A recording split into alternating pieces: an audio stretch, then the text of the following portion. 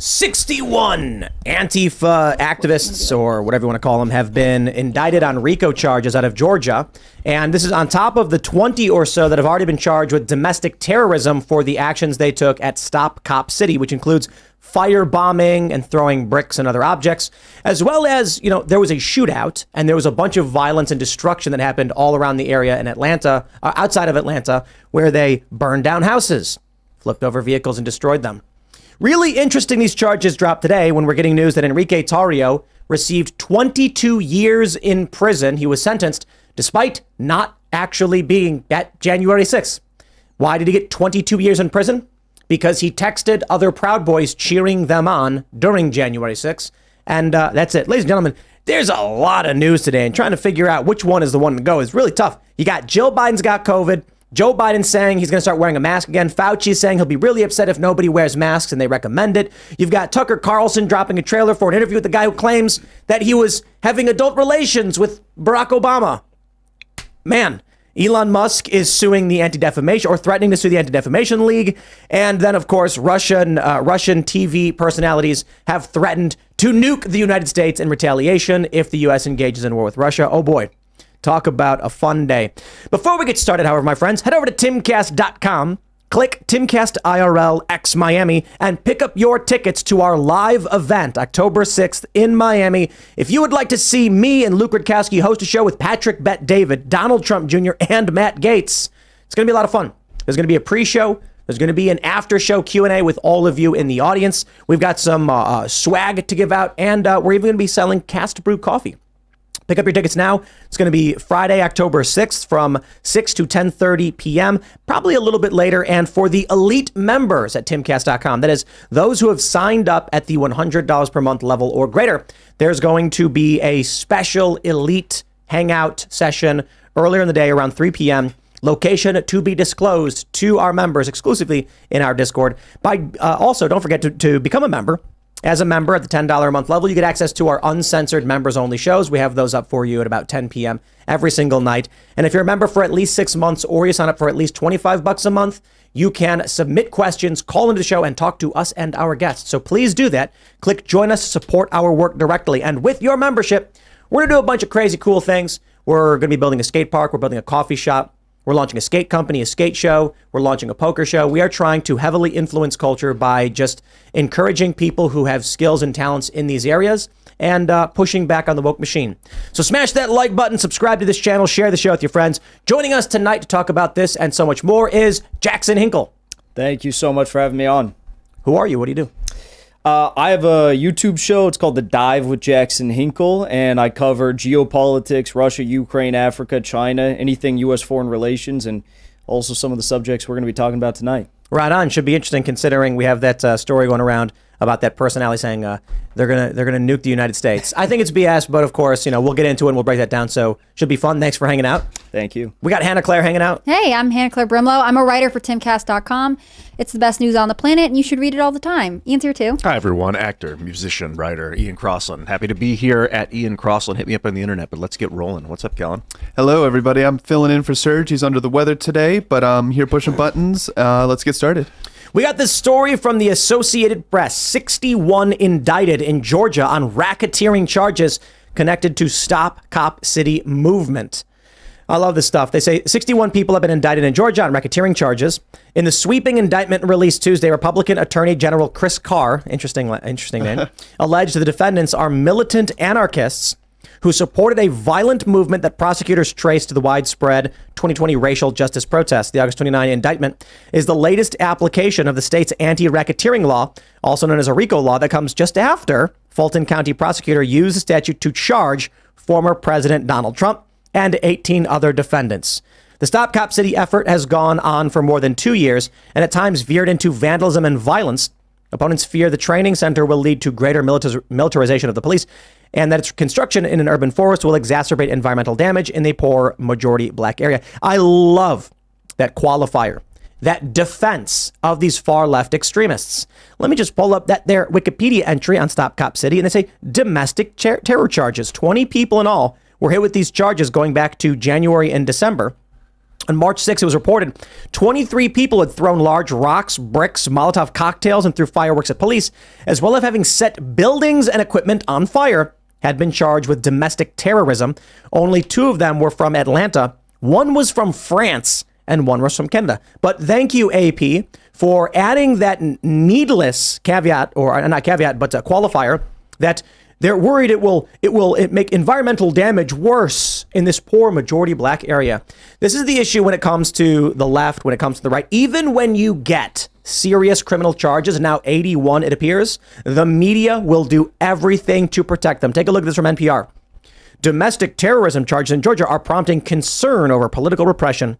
And they start the story by saying, when Luke Harper went to Atlanta in early March, he thought he would be staying the weekend.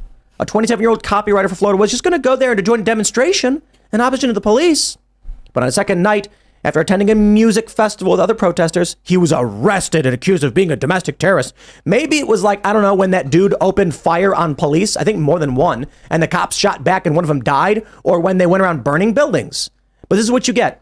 Right now, the other big news, which we'll get into in a second, is that Enrique Taro, who was not even at January 6th, has been sentenced to 22 years in prison. And what do you think the media is saying about him? Well, they're definitely going to call him a domestic terrorist. I mean, the contrast between the treatment of these 2 groups or 2 types of people is insane.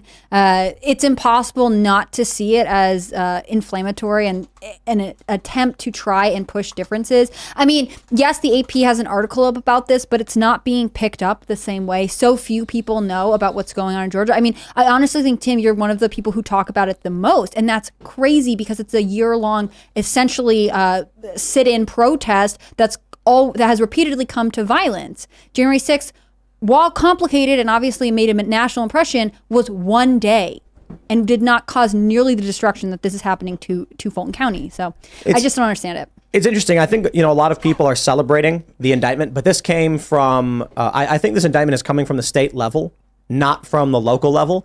And it's unsurprising that, the Atlanta area, which is left-leaning Democrat, isn't doing anything for the most part. And it's the state level government. But I'm curious. I don't know exactly where this goes. I will say I am surprised and shocked that any charges came about.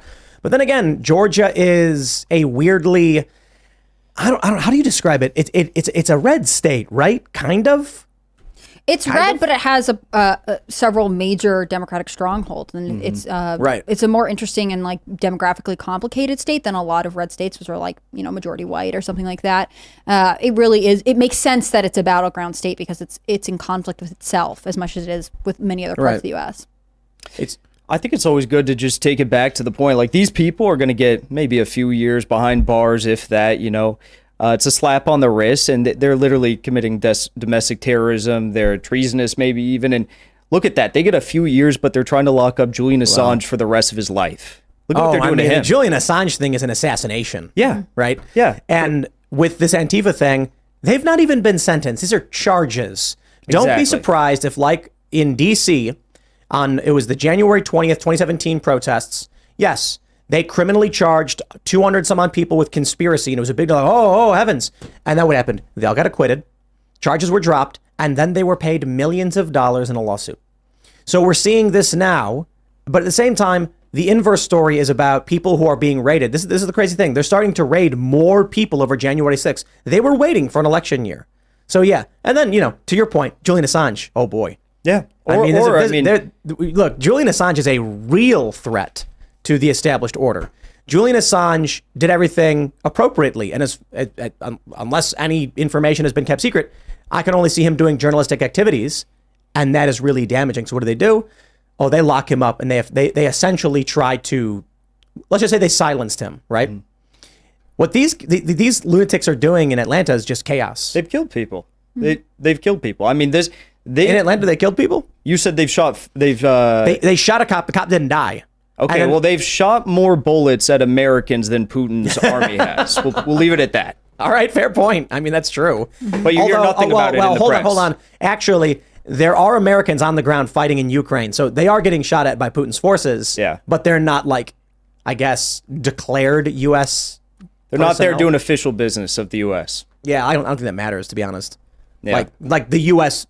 intentionally has people there is intentionally engaging in this conflict. Yeah. What do you mean? They're not in war with Ukraine. We're just sending them tons of money and military support. Yeah, and intelligence and volunteers and weapons for those volunteers and training for those volunteers. I don't Well, care, we love whatever. service in this country. We think it's great to help other people. I think the Antifa story is so interesting because this is sort of the heaviest hit that I've seen to Antifa. I mean, Portland cannot get their situation under control. And in contrast, it's the same day that we see the longest sentence handed down to anyone involved in anything related to January 6th. I mean, if you can't see that the justice system has favorites, I don't know what will tell you. I don't know how people can have faith in any sort of judicial branch of if state or whatever or anything. I mean, the federal government is sending thousands of people. They've charged thousands of people. I think it's 1,106 for the last DOJ number I saw in connection to January 6th. 600 people at least have been sentenced. And in contrast, Justin Jones, who's a state representative in Tennessee, got reinstated after he led a protest on the floor of the chamber that disrupted official proceedings. I assume that's also a form of seditious conspiracy, but Tennessee has not gone after him for that. I mean, Well, it just shows that there are some things that we are willing to let slip by depending on what you're promoting. I do want to give a shout out to Christopher Carr of Georgia because it's funny because our executive editor is named Chris Carr. And he was absent last week. He was on vacation. Wonder what he was up to. Maybe he's actually moonlighting as the Georgia Attorney General. That would be amazing. No, but we often talk about how it's like we see not a single Republican or conservative do anything as the left runs rampant, firebombing. Well, he is. Shout out. Now, I mean, B minus, C plus, right? It's good that these psychopaths who are firebombing buildings, burning them down, flipping over vehicles, shooting at cops, it's good they're being criminally charged and he's going after them with some he's going after these RICO. Good. They conspire. They plan these things. There's the crazy video of 100 plus people. I hope he gets all of them and arrests all of them. There is a difference, however. I don't much care for tit for tat in the sense that in Georgia, they indict Donald Trump, the front runner for the Republican Party. And then you get a guy saying, oh, yeah, I'm going to arrest some extremists who are at this cop thing. I'm like, those are totally different territories. I'm still glad that it's happening. It's not exactly what everyone is asking for when it comes to corruption. Mm-hmm. You've got Democrats who have complained about the election, who lobbied election officials, who begged people to vote for somebody else, who claimed Trump was a Russian spy. That's seditious conspiracy. When you have Hillary Clinton, effectively, correct me if I'm wrong, but funding the Steele dossier, resulting in a fine and a bunch of other things, I mean, that's seditious conspiracy. Accusing the president of being a spy to try and win an election, that is stealing power, trying to, I guess the only argument is Trump wasn't in office at the time, and Joe Biden was. But the problem is we see all of that, and there's no action being taken against any of the Democrats who are in office who are pushing this stuff. Yeah, it seems crazy. One step at a time, I suppose. I'm with you. I'm glad that these violent protesters are facing justice. But I am concerned Protesters. that, you could call it that, a violent protest riot. These people that were shooting Terrorists. at the cops. Yeah, for sure. And but what concerns me a little bit is that it's, I think you mentioned tit for tat, that the bar is getting raised. Okay, now we've decided it's okay to charge someone with 80 counts of this. Now we're going to go someone over there. Okay. Because like you said earlier, there's the left, the right, and the establishment. The establishment don't care what side of the culture war you're on. It will use that side's justification to go after that side, and then that side's justification to go back after that side, and then happily stay on top of the hill. So I don't like this escalation of lawfare, but the guys that are shooting at cops, they need to go. It is lawfare, but the last thing I'll say is that, like you said, the people that have committed all these war crimes in Syria or in wherever, they're never going to be held accountable. Those are the untouchables. I'm pretty sure Obama won an award called the Peace Prize. Yeah. And, he blew up kids. He's such a peaceful guy. Airstriking, wedding processions, all that stuff. Yeah. Here's an important piece of the AP news that y'all are going to love. They say among those charged with domestic terrorism in March near the music festival and indicted last week is Thomas Jurgens, a Southern Poverty Law Center staff attorney. Jurgens' lawyer said his client wore a bright green hat, a well-known identifier used by legal observers, and his arrest alarmed many human rights organizations. The law center called an example of heavy-handed law enforcement intervention against protesters. DeKalb County District Attorney Sherry Boston, a Democrat, mentioned her concerns about Jurgens' prosecution in announcing her June decision to withdraw from criminal cases connected to the movement. Listen, my friends, just explain to me where you think this country is currently at when the Democrat district attorney outright says they are not going to prosecute or be involved in criminal cases against terrorists, and Fulton County is trying to indict the frontrunner for their rival political party and his lawyers. Just call it whatever you want. I don't care. Literally don't. But something crazy is going on. Something absolutely insane is happening when you have 81 people being charged on either conspiracy or domestic terror by a Republican, and a Democrat being like, I'm not going to be involved in any of those criminal charges. Like, these people shot at cops. And then they're like, the January 6ers should be rounded up. Enrique Taro gets 22 years in prison. Dude wasn't even there. Wasn't even there. Well, and the majority of want, the people arrested are out of state in Georgia for Stop Cop City, right? So Georgia's literally under attack from people who are not from Georgia. And their attorney general is like, no, it's fine. I'm not interested in taking part. Yeah, what is this? Domestic? They call it domestic terrorism. But if a guy from France comes to the United States and commits an act of terrorism, that's not domestic terrorism. Domestic means that they are Americans attacking America. So this is more than just but there's a domestic French guy and a Canadian guy. Yeah, apparently. So it's just straight up international terrorism. These guys came to the United States to wreak havoc on cops. That's international terrorism. Yeah. If this was happening in Hungary or some other country, they'd be sending in Victoria Nuland to go and launch a coup and install a new government. I mean, we're literally living in a banana republic right now. It's insane. Dude, I used to shop at a store called the Banana Republic. It was like they were softening me, I never getting me ready. understood why they named that store that. It's like, it sounds like, I think I got my first suit from Banana Republic. They were making it cool. It's like, hey, it's okay. Owned by the same company that owns Gap. And Yes. that's their name. Well, then when someone says something like, you ever hear of Banana Republic is? They'll be like, yeah, for sure. And in their mind, they're thinking of like a shopping mall. Chiquita Banana. And they're like, I remember that store. They've been conditioning us for years. Banana Republic right now. love Isn't that crazy that we named one of our corporate capitalist Well, we didn't. store? The company did. Yeah, this fascist thing. They named it the Banana Republic, after the countries that we were ripping off. So let's jump to this story. Around the same time that we were learning that several Antifa far-left extremists were being indicted on RICO charges, we also got this news. Proud Boys leader Enrique Taro, ex-Proud Boys leader, sentenced to 22 years for January 6th riot roll. And that roll was, he was texting people, cheering them on. That's it. This is freaky, man. Look, if you want to argue someone incited someone else to violence, what do you get for that? A couple years? If that, depending on the seriousness or nature of the crime. Charles Manson, for instance, got life for inciting those guys to go F it up. I mean, telling people to go murder somebody. He just said, go F it up. And they took that to mean, okay. So they went and then they ended up killing these people. And they're like, nope, Manson incited it. Manson's going away. I don't trust any of these charges. And Enrique Taro was not there. This is insane. Here's the story. They say he's been sentenced to 22 years in prison for his role in January 6th. He was one of 6 Proud Boy leaders to be charged for conspiring to stop the certification of the 2020 election. Taro's originally scheduled hearing was postponed, blah, blah, blah. They wanted 33 years. He got 22. They highlight a few things. And also they gave a whole bunch of other dudes 15 to 20 years. Biggs got 17. Taro was convicted for obstructing an official proceeding, conspiracy to prevent an officer from discharging their duties, obstruction of law enforcement during a civil disorder, and destruction of government property of the value over $1,000. Taro wasn't at the actual Capitol riot because he'd been arrested days earlier and he'd been told to leave the city, so he did. Apparently, he went to D.C. instead. Prosecutors say from a hotel outside of D.C., Taro directed his Proud Boys to attack the Capitol without him. Taro's attorneys have said he wasn't in contact with any members of the organization during the riot, and pointed to Nordian and Biggs as being the orchestrators of the riot. Further, they said, participating in a plan for the Proud Boys to protest on January 6th is not the same as directing others on the ground to storm the Capitol by any means necessary. And that's the issue. Apparently, that's it. He wasn't there. There was no actual plan among any of the Proud Boys to do anything. They were unarmed.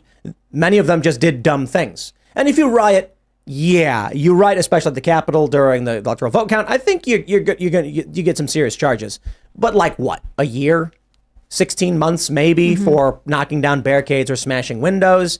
I do think it is fair to say it is personally offensive to smash the windows of our Capitol building. You know, man, I look to American history and all this stuff. I reject and despise the corruption, but it is amazing to go to DC and see all the art and all the history and people smashing stuff and bashing windows and trying to break their way in. Really, really bad. I say criminal charges, and we'll be really harsh. Let's be really, really harsh. A rioter who does this should get 18 months. Oh, and they've already served that. That's time right? served. Okay. They've already been there. Free to go. It's So crazy. you look at these guys who this guy burned down a police station in Minneapolis. He gets 4 years.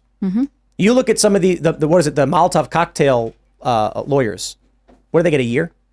I think. 22 years. They're effectively ending these dudes' lives. Yeah. I mean, that's something Tario said today when he spoke. He said, he's 39. He said, please don't take my 40s from me. I would love to get married and have children. And you're going to, he's not going to come out. He's like, what, 60?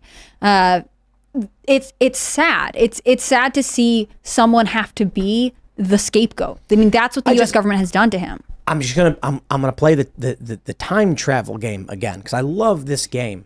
Let's go back to 2017, and I want you all to imagine going to one of your friends and telling them, in 2023, 6 Proud Boys will receive multi-decade sentences in prison for what the government describes as an act of domestic terror to overthrow the seat of government. And they would laugh harder than anyone's ever laughed. And they'd say, "You're a nut job." The guys singing in the bar and marching around in polo shirts and doing, what are they saying, like Aladdin or something? Proud of your boy or whatever That's it their was. slogan. Seriously? You're out of your mind. Now look where we are. Well, go ahead. There was one guy who didn't get charged who was in the Capitol that day, and that was Sergei Debinim. And he was actually a Ukrainian Azovite soldier who happened to find himself in the Capitol that day, and some photos were uncovered of him this week by Laura Loomer. And I find it crazy that you have Ukrainian spies that are in our Capitol infiltrating our seat of government, and they're not charged. They're allowed to come to the U.S. They're allowed to go protest in Orlando this week with all those guys. They're allowed to go back to Ukraine, but then we have American citizens that weren't even there, and they're getting 20-year sentences. So this is interesting. Laura Loomer posted this. She says, "I've exclusively confirmed the FBI identified Ukrainian operatives and neo-Nazis were at the U.S. Capitol on January 6th and even questioned J6ers about Ukrainian spies during interviews with the FBI. The New York Times, this is Daily Dot, not the New York Times, said why Ukraine is now being accused of secretly orchestrating the Capitol riot. Can I just, I want to explain to you what they do. It's one thing for Laura Loomer to be like, hey, look at this dude who is a Ukrainian spy who appears to have been at the Capitol. Isn't that something crazy? What do they say? Ukraine is now being accused of orchestrating the Capitol riot, which is a massive leap from what Laura Loomer said. This is how they try to debunk the narrative. Yeah. They create a conspiracy theory that no one brought up and then claim it's obviously insane, right? Yeah. Here's the tweet from Laura Loomer. She says, during the private interview with America Shaman, the FBI asked him how he knew a Ukrainian operative who took a photo with him the day of J6. Chansley didn't know the guy. And the FBI confirmed the Ukrainian Sergei, how do you pronounce his name? Debinin? Something like that. There's 3 Y's. Yeah, it's a lot. Was a Ukrainian spy who was affiliated with the Nazi Azov battalion. This means the U.S. Capitol was penetrated by Ukrainian spies. Well, I don't know about spies, but at least a spy. And the U.S. government FBI have still not arrested these people or made the public aware of the foreign penetration. It's an act of war by Ukraine against the United States, and the U.S. government has sent $200 billion to Ukraine in the last 2 years. The CIA is funding a color revolution in the United States via Ukrainian Nazis and American Nazis who are being recruited by the CIA, et cetera, et cetera. I do think a lot of this is a bit of a stretch. I think there's a fair question of, this does look like the same guy. Are we absolutely sure it is him? Well, they said that the FBI and the CIA asked him about this guy being a Ukrainian. Right. So, I mean, make of the, extrapolation what you will, but the fact that this guy was in our Capitol when all these other people are being charged with insurrection, what do you call that? That is at its core an act of war. If there was Chinese spies doing that, we know what we would call that. But because it's Ukraine and Ukraine is good, we have to just sit here and accept it? Yeah, he just wandered in. He was a tourist. He couldn't have been there for any other reason. Nothing could be malicious. I mean, this is the question about all of January 6th, which is like, we know the FBI had informants from Proud Boys or Oath Keepers or different groups. We know that they had people on the ground that day. We know that the mayor of D.C. and Nancy Pelosi were offered to have additional security and support of the Capitol, and that was turned down. So if the government intelligence communities knew this could potentially happen and it was such a big deal, why didn't they stop it? Why did they let it happen? For me, that's just evidence that it wasn't. I mean, one of my favorite lines from the opening statements for the Proud Boys trial was one of their lawyers, can't remember who at this moment, said, she was reading these texts where these guys are saying, so what time should we meet up in the morning? Where are you going to be? Like they didn't have a plan. And she just said, this group couldn't organize a group order at McDonald's. Like they did not plan an insurrection. They did not try to overthrow the U.S. government. But I think ultimately that's the narrative that, you know, our intelligence community really needed to be the case. That's why they didn't intervene when theoretically they should have if they knew it was going to happen. I do think things are going to get a lot crazier in 2024. I think it'll be more heavy-handed on the side of the left. Seeing these far leftists be criminally charged with domestic terror and RICO, good, interesting. They're criminals who stormed a government facility and firebombed buildings, houses, shot at cops. Yeah, they need to be locked up. The rioters in front of January 6th who were smashing things and trying to break their way in, yeah, they should be criminally charged too. But that's what, 16 months for a violent riot and attacking cops, not 20 years. The heavy-handedness is fairly obvious. The fact that Enrique Taro, according to the defense, they said he wasn't even in contact with them that day. They gave him 22 years. You know what I'll tell you is really interesting about this is that apparently there was a statement released by, Taro gave a statement to the judge saying he regretted his actions. Did you see this? Mm-hmm. And that, he was remorseful and he shouldn't have done it. He said that he's not a political zealot and he didn't even know that you could change the results of an election. And that, he shouldn't have compared people to founding fathers or anything like that. I think, and then the judge apparently said he doesn't see any reason why Enrique would be remorseful over his actions or actually believe it. Look, man, it's going to get crazier. In 2024, it will get crazier. We're already seeing a whole bunch of videos of people having their homes raided by feds. Now, in 2023, 2.5 years later, there's how many people were there at the Capitol? We know that people who wandered in clueless, a few hours after the start of everything were criminally charged and sentenced to a year or more. We know that the people who are storming the front and actually engaged in violence have been criminally charged, but there are hundreds more, maybe even 1,000 more, who have not yet been charged, who were there, and we're starting to see these videos pop up. It seems that they waited until the start of the election cycle. Joe Biden just announced, I guess, what he's doing, a $25 million ad buy for the next campaign. Around the exact same time, the feds are starting to raid more people for January 6th. And don't you forget it, there were a lot of media personalities, social media figures who were cheering on what was going on outside of what Enrique Taro did. If they're claiming, I'll tell you this, you guys, if they're claiming Enrique Taro was organizing and inciting and encouraging it so that he gets 22 years, think about what's going to happen to the people who are on these alternative social media platforms with thousands of viewers and they were saying more. Do you think that the feds are going to ignore that? No, I think next they're going to come for media personalities. We know that James O'Keefe is being investigated in New York, not necessarily related to January 6th, but I think a large component of what they're doing is going to be the people on social media encouraging it, calling for more and cheering people on. They're going to say we're part of a criminal conspiracy and they were inciting and they knew what they were doing, etc. Yeah. I mean, this case is precedent setting. I mean, so Judge Kelly, who was overseeing this trial, said that he said this in all of the sentencings, but today he was specifically saying our country needs a peaceful transfer of power and you broke our tradition of the peaceful transfer of power. And so he's basically saying these are the people that ruined democracy, which seems bizarre to me because it seems obvious that they did not actually have a plan to do anything. Yes, they were going to a rally. Yes, they were in DC. Yes, things got out of hand. They might need to face some charges. But the idea that it was a conspiracy seems weak anyways. And in fact, we have had peaceful transfers of power since, right? We had midterms elections. Nobody rioted at the Capitol when Congress was sworn in for the newest term. Like, it seems actually fine. You want it to be that there is more tension. That's my editorial take on it, that there is a desire for there to be contention between different political factions, and the only solution is we have to lock some of you up. Right. I mean, like I've been saying, if your politicians can only campaign on vote for me and I will go after your enemies, then that just continues the escalation. Which, by the way, is what I think Biden can only campaign on, because we're about to have student loan debt repayments. He couldn't get those wiped away. We're about to have, inflation is not great. We have tons of millennials who are saying, I would love to buy a home and I cannot.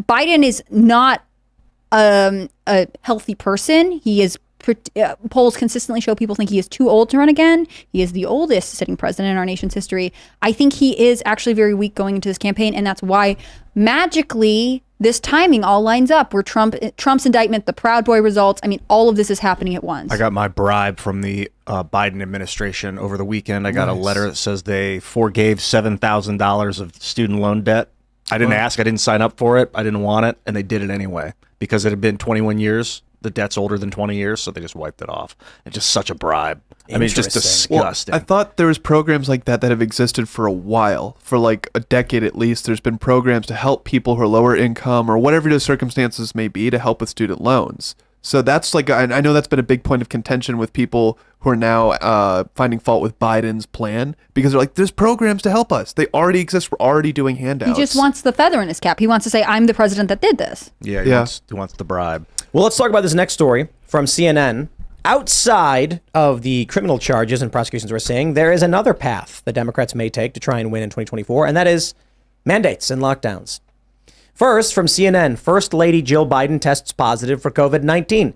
And I have to wonder, why report this story? Why did the White House think it necessary to tell the world? They could have just done nothing. They could have said, Jill's taking a vacation. No, they wanted the world to know that she is positive for COVID-19. Well, a lot of people immediately speculated this is it. It's how they reintroduce COVID politically at the start of the election cycle. Guess what, everybody? Joe Biden announced something like $25 million ad spend. It is beginning. You're going to start seeing all the news stories get planted. You're going to see political contention. You're going to see criminal charges. You're going to see conspiracy theories. You are going to see it all because after this, we got another story. Biden tests negative for COVID, will wear mask when close to others, White House says, and thus begins the normalization of everyone wearing masks again. Now, Joe Biden will be wearing masks in all of his videos. We've already, all of the videos that he's in, all of the press statements and everything he gives. You've already got schools and hospitals bringing back masks. Now the president is doing it. And lastly, Dr. Fauci, concerned people won't comply if masking recommendations return. I hope they abide. I love this story because Fauci was saying the CDC doesn't mandate masks. And what he said was they recommend them. It's actually the states or the private sector that mandate the masks. So when we talk about mandates coming back, y'all need to understand it is going to be the chain store or restaurant that says, based on the recommendation by the CDC, you now must wear a mask when you come into our store. That is how they will bring back mandates, and they will say, it wasn't us who did it. We didn't lock you down. The stores are choosing to do it. Yep. A keyword private sector, right? The airlines are going to implement this when the government says, ooh, remember the last time we bailed you out? Not going to happen again unless you make some changes to your policies. So the private sector has their arms being bent by the Biden administration. So that's their tool to, enforce and get these things through to the general public. Tucker Carlson said he doesn't think that they're going to do the mandates again. But more and more evidence starting to pile up that they're gearing up for lockdowns. Now, the other news, of course, ladies and gentlemen, this may come as a shock to many of you. Whoopi Goldberg was absent from The View. That's right. And because she tested positive for COVID. There was a second one, too. One of the other ones tested positive, apparently. What if all the View ladies have to quarantine because they have COVID? What do they do then? Let me play the video for you guys. This is we have this from ALX on Twitter. Listen to the reaction by the audience of The View when they get the news that Whoopi has COVID and Joy Behar claims it's back. As you can see, Whoopi is not here. She has COVID. Yes, it's back. It's back. It's back. But she's on the mend. She's on the tail end, and she'll probably be back this week. But sorry she's not here. For those of you who are looking forward to seeing her. It's back. It never left. It's endemic. It's back. Like they made a point of saying it was endemic, like it's here forever. So there it is. I just feel like the culture war is divided amongst people who seek out information to challenge their views, for the most part, not always, and those who desperately don't want their views challenged at all and just want to be told what to do. The people who watch The View, they just want to be told what to do, what to think, what to feel. Just tell me when to jump. I don't know. I want to fit in. It'll be easy. And then everyone else is like, let me figure it out for myself. Yeah. You brought up the point from Tucker Carlson that he does not believe that mandates are going to come back. He did say that he'd be willing to bet his house that we're going to enter a hot war with Russia and that Biden's going to use that as footing for the election to manipulate control, however, they see best fit. But I'd rather have this. I don't want to have anything, but I'd rather have this than hot war with Russia. yeah. I think both might be true. Yeah, it could be. I mean, if we get involved in hot war with Russia, hold on, let's slow down. Even Tucker did say we are at war with Russia. That we understand. But like a formal, actual confrontation, full scale or whatever, if that is to happen. That's what they'll do to try and win. Yes. And if that does happen where Biden comes out, there's going to have to be some kind of attack on America. It's going to have to be whatever may be a legitimate, maybe a false flag. I'm just saying before the U.S. can actually formally engage in any way, I'm not saying formally declare, but engage, there's got to be some public support that results in a lockdown. Mm-hmm. They will have to control things with an iron fist in this country if they're going to engage in direct conflict with Russia. But I don't know if they can. I mean, if that was an audience of just average Americans, when the ginger lady, when she said, it's back, you would have heard average Americans laugh. That's what you would have heard. Right. That's not your average American right there. So how do you impose that if most of America is not on board? I guess it's a question of, will enough people just ignore it or not? Are his fears correct? That people will not comply? Look, I got to tell you, out in West Virginia, if they, that's just not going to work. Yeah. You're not going to get it. It's not going to happen. They can try. In Maryland, it'll definitely happen because the people in Maryland, it really is interesting, this divide. There are a lot of people in Western Maryland who are, it's MAGA country. But then you go to the businesses and they are on their knees begging the government to tell them what to do. And it's just like weird. Yep. You cross that river and then they're just like, we don't care what you do. It's just very different cultures that live next door to each other. Perhaps it's because, Baltimore, more resources, more money, more likely to be enforced. People are terrified. Mm-hmm. West Virginia, you're not really going to see heavy enforcement. So people just do whatever they want and say, I don't care. Do something. Yeah. When during the lockdowns and the mandates, I went to Maryland's Panhandle. There was a bar in the middle of nowhere, and they had a sign on the door being like, masks are required as per state like regulation or whatever. And then you walk in, no one's wearing a mask. And the bartender's just like washing a mug, and he's like looking left and right, like, shrugging, like, whatever, dude. Nobody cares. But the closer you get to D.C., the more the businesses are terrified, screaming at you and kicking you out. I think it happens. I like they want a lockdown. The conservative boomers during the mask mandate period, because I knew so many who would wear like a mask off their ear and be like, they said I had to wear it, but I don't want to. Like, there was this funny resistance around there were certain people who complied. They wanted you to wear 4 masks. And then there were other people who were like, this is dumb and I don't want to be doing it. And how effective can these masks really be? I think some of the issue will come down to the state governors. I think one of the reasons we all know Ron DeSantis' name is because he was like, yeah, we're not doing this. And he deserves a lot of credit for that. I think this time around, if there were to be some sort of pressure for mandates, there would be a lot of governors who now see that if they say no, they are putting themselves in favor of the majority of their constituents. It's all about division. In the lead up to 2020, East Tennessee did not look like Portland. There was not the same protest there, and it's all about division. And this time they're probably going to have some sort of a lockdown or mandate or whatever, but it's going to be by area to create division and just cause unrest and chaos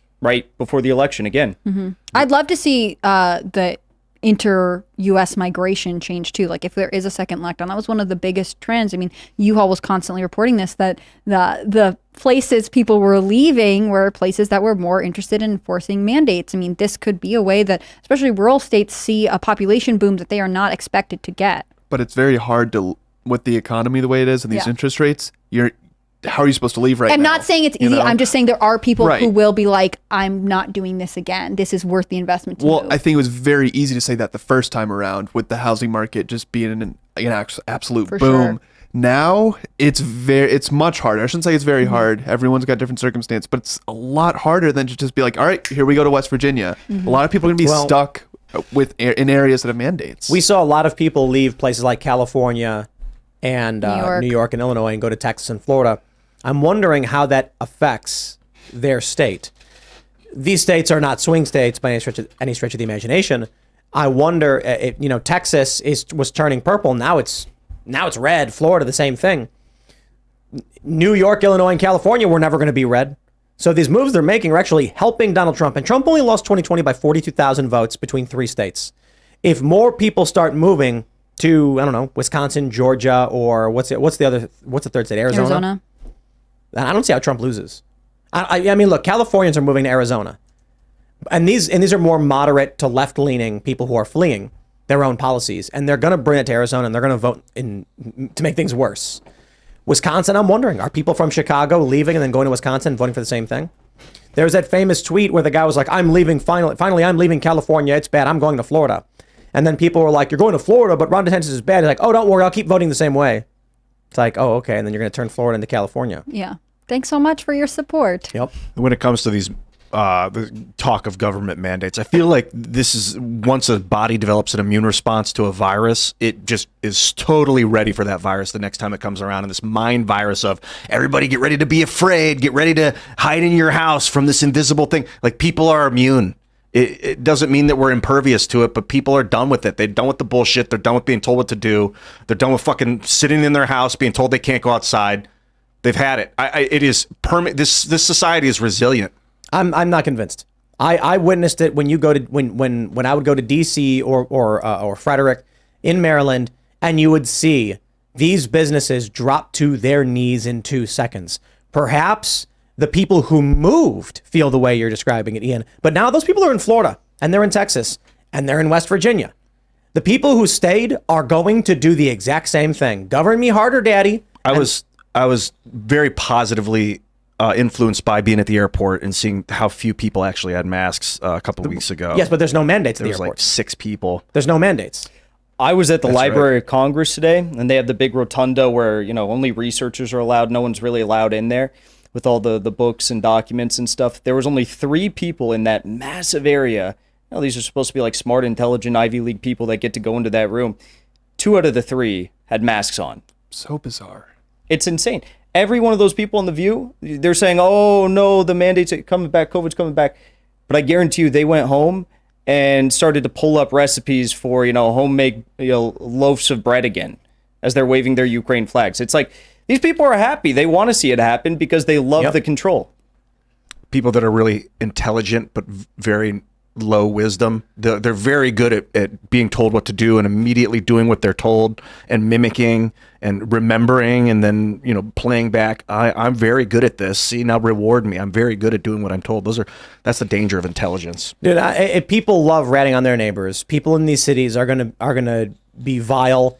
They're going to join the mob, and if the mob says mask, they're going to say mask, and then they're going to celebrate anybody who dying who doesn't. It's tough to make this conversation from the top. I mean, just a top down, like talk about other people, because I think people. My guess is that if anyone feels as remotely as fed up with it as I do, that there's no way in hell this is going to get off the ground again. I barely had to touch the masks. The last 3 years. People didn't like it in the first place. Yeah. But they thought they were doing good in the first place, and now they know and they there was weren't. fear. I mean, people were told if you come anywhere near your grandmother, she'll immediately die. That was like insane amount of information. It's not even that. It's that the government came and issued fines and arrested people. A woman who is selling her products from her store on the internet, on Facebook, had the cops show up and threaten her with charges unless she stopped doing Facebook Live. The reason these people cave and gave up is not because they all of them are celebrating. It's because these cops are going to come and they're going to beat the crap out of you. There's a salon. How many salon owners? Like 2 or 3 got arrested. A guy giving haircuts in Michigan got arrested. A woman in what was it? She fled Minnesota to Iowa, and then the sheriff tracked her down and arrested her because she opened her coffee shop during lockdowns. There will be some people, but that terrifies people. So you go to these big cities where it takes one guy to destroy your life by destroying your business, and these people will drop to their knees in 2 seconds and say, we will do whatever you say, government. Except the government really fucked up last time. The cops going in there, it pisses me off so much, I get it, man. The cops would go in there and be like, you can't open your business. People would be like, yeah, I can. And they'd be like, no, in fact, we're doing what's good for you. We're shutting your business down. The person's like, now I'm out of money. The cop's like, good, we've done our job. Like, that doesn't, you can't do that to someone twice. You cannot. You've already shocked everybody awake. Yeah, but the cops either quit or fired the ones that were on the side of freedom, I'll say, right? I mean, we had mandates not just to wear masks, but also to get the vaccine. So it's like a lot of people said no, and they lost their job over it. Those cops are gone. We don't have them. The cops that are still employed are ones that are just doing it for a paycheck or said, yes, government, I'll do whatever you want. Like, look at these videos of how they arrest these J6ers. It's like there's just like a dude, there's like a video of a guy going to a grocery store or something, and they run up with like rifles pointed at him. Like, dude, these are drone Gestapo morons working for these agencies. They don't care. They don't know. It feels good to be in charge of you. It feels good to them. I mean, these are people who are not satisfied by their own accomplishments, or they're satisfied by feeling like they can do whatever they want to you. So what ends up happening is you get a small business and they might say something to you like, I really hate it, but I have no choice. They're going to fine me. That's what everyone kept saying. And I see this now. We talk about it quite a bit. James O'Keefe had a really great tweet and he posted it on Instagram and he said, you are responsible for whatever life your children inherit. That all of these people who are saying, I can't stand up for what I believe in because I have kids and they're putting my kids at risk, then you are directly responsible for what the lives your children inherit. When they are living under the boot of communists who are laughing at them, the party members who get special favors or food, it's going to be because you allow this by saying, I'll just comply. I'll just give in. I'm not saying I have all the answers. I think typically, I think come 2024, the reason we're seeing a lot of this extreme action is because Donald Trump's right. As of right now, if the election were held today, Trump wins. That's what the polls are saying right now. That's what the analytics are saying. That's what the forecast models are saying. It doesn't mean he does win. But that's why you're seeing the machine of the Democrats panic and need something to force people into fear or, I guess more extreme action. When I look at these videos of the J6ers having the feds come up and point guns at them, I'm like, they're hoping for some kind of reaction from these people. Don't give it to them. All you got to do is just make money, succeed, push back and resist where you can, and then make sure you're spreading the word as much as possible. There are a lot of people who are like, there's this weird game where they're saying, Tim's saying not to do anything. No, I'm quite literally saying resist where possible, succeed, make money, build influence, build culture, and then come 2024, get everyone you can to vote in overwhelming numbers. Trump only needs 42,000 votes, and Biden's going to lose a lot more than that. That's not a guarantee that Trump fixes anything. It's not a guarantee that Trump actually comes and saves the day at all, but it is a start. I think that's what they fear. That's why they want a reaction, and you can't give it to them. Yeah, we got to govern ourselves outside of politics. That's for sure. Ian, I got a question. If you've been traveling a lot all over the country recently with, let's say for this year, so far in 2023, what happens if they start they bring back mask mandates for trains and planes? I'm curious to how you'd handle it, because it would derail your life or you'd have to comply. Well, I try not to answer questions with premises I don't agree with. And I feel like accepting the premise that there's going to be a shutdown just makes it more likely. Well, shutdown's different from mask mandates. I'd just stop flying. I'm about ready to stop traveling anyway, but yeah, I'll just completely stop. Or fly private only. A COVID lockdown is very different from mask mandates. The mask mandates seem very likely. There are still businesses all over Maryland with signs saying you must wear masks. And those colleges in Atlanta were like, please put a mask on. I mean, right. Some institutions are already rolling it out in some capacity. So it doesn't seem impossible that it'll spread. I just think it'll be very regional. I think that there will be, certain sectors of the country that say yes and certain that say no. And, I hope that everyone gets to live in a community that reflects their values. And I think Tim's totally right. It's sort of like testing the boundaries. There's going to be a push to see what you will be okay with and what your reaction would be. And you have to just stay in control as much as possible. It'll be interesting because I think if the Biden already saying he's wearing masks, it does please a lot of partisan liberal types, but it will push away moderates and independents. So in that regard, I don't know how this plan is ultimately going to help them unless they're using it to ramp up some kind of new, expansive voting policy for 2024. It is kind of late, though. We're a few months away from 2024, and the election cycle's already begun. So any rule changes will have to come really quick. They can do it quick. Yeah. New Zealand, Australia, whatever, they had those COVID camps in blink of an eye. Things could change very quickly. I want to jump to this next story from Newsweek. Russians start a hot war with Russia. I think it's fair. Tucker does mention this. We're at war with Russia, and anybody saying otherwise is lying. U.S. personnel are on the ground, volunteers. They're using U.S. equipment. They're trained by NATO. They're trained by the U.S. They're provided intelligence by the U.S., missiles by the U.S. The U.K.'s sending depleted uranium tank busters. Yeah, it is NATO versus Russia. It's a proxy war. Well, now we have this story. This could be Newsweek and Western media trying to ramp up fear that there is a reason to go to war with Russia. I'll give you the long story short of it. You have this guy. It's Korchenko, right? Yes, editor of the newspaper National Defense. He basically said Russia is being warned and threatened that if we misbehave, or if Ben Hodge's opinion, we exceed what he considers to be the necessary permissible lines, they use for the use of all types of Russian weapons. He threatens us with more than just strikes on the Crimean Bridge. He responds by basically saying, if you engage in war with us, we will not go to war with the U.S. in Europe. We will go to war with the U.S. on U.S. territory. He says, in response to your attacks on Russian military or civilian facilities, the first strike will be a preventative, limited strike against targets on the territory of the United States of America. I think it's BS. They point out in Newsweek and a couple other outlets, the most effective way to use nuclear weapons by the Russians is to claim they have them, and that's it. But it makes no sense to target U.S. civilian territorial targets, because all that would do is make their position in Eastern Europe worse. I agree. Russia has no reason to do this. This is some random guy that goes on Russian state TV. Maybe he's looking for a better paying job and he's trying to come out and say it. But the fact of the matter is, Russia controls 87,000 square kilometers of Ukrainian territory. The ratio of Russian troops to Ukrainian troops lost is insane. Ukraine's lost 400,000 plus men. Russia maybe 150,000.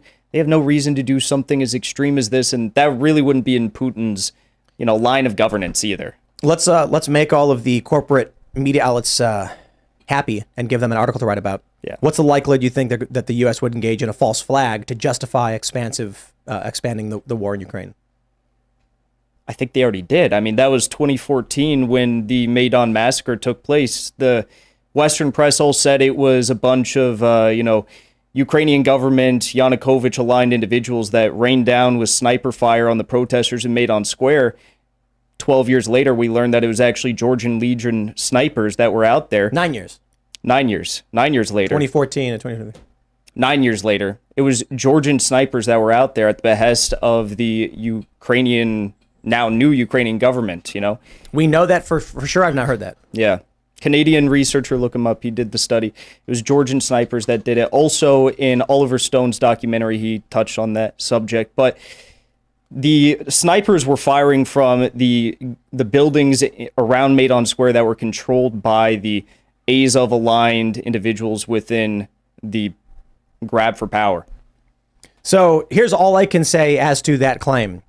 Western media outlets say that it's propaganda issued by Russia, and Russian outlets say it's confirmed. So this is war. Mm-hmm. It's war. Who are you siding People with? will die.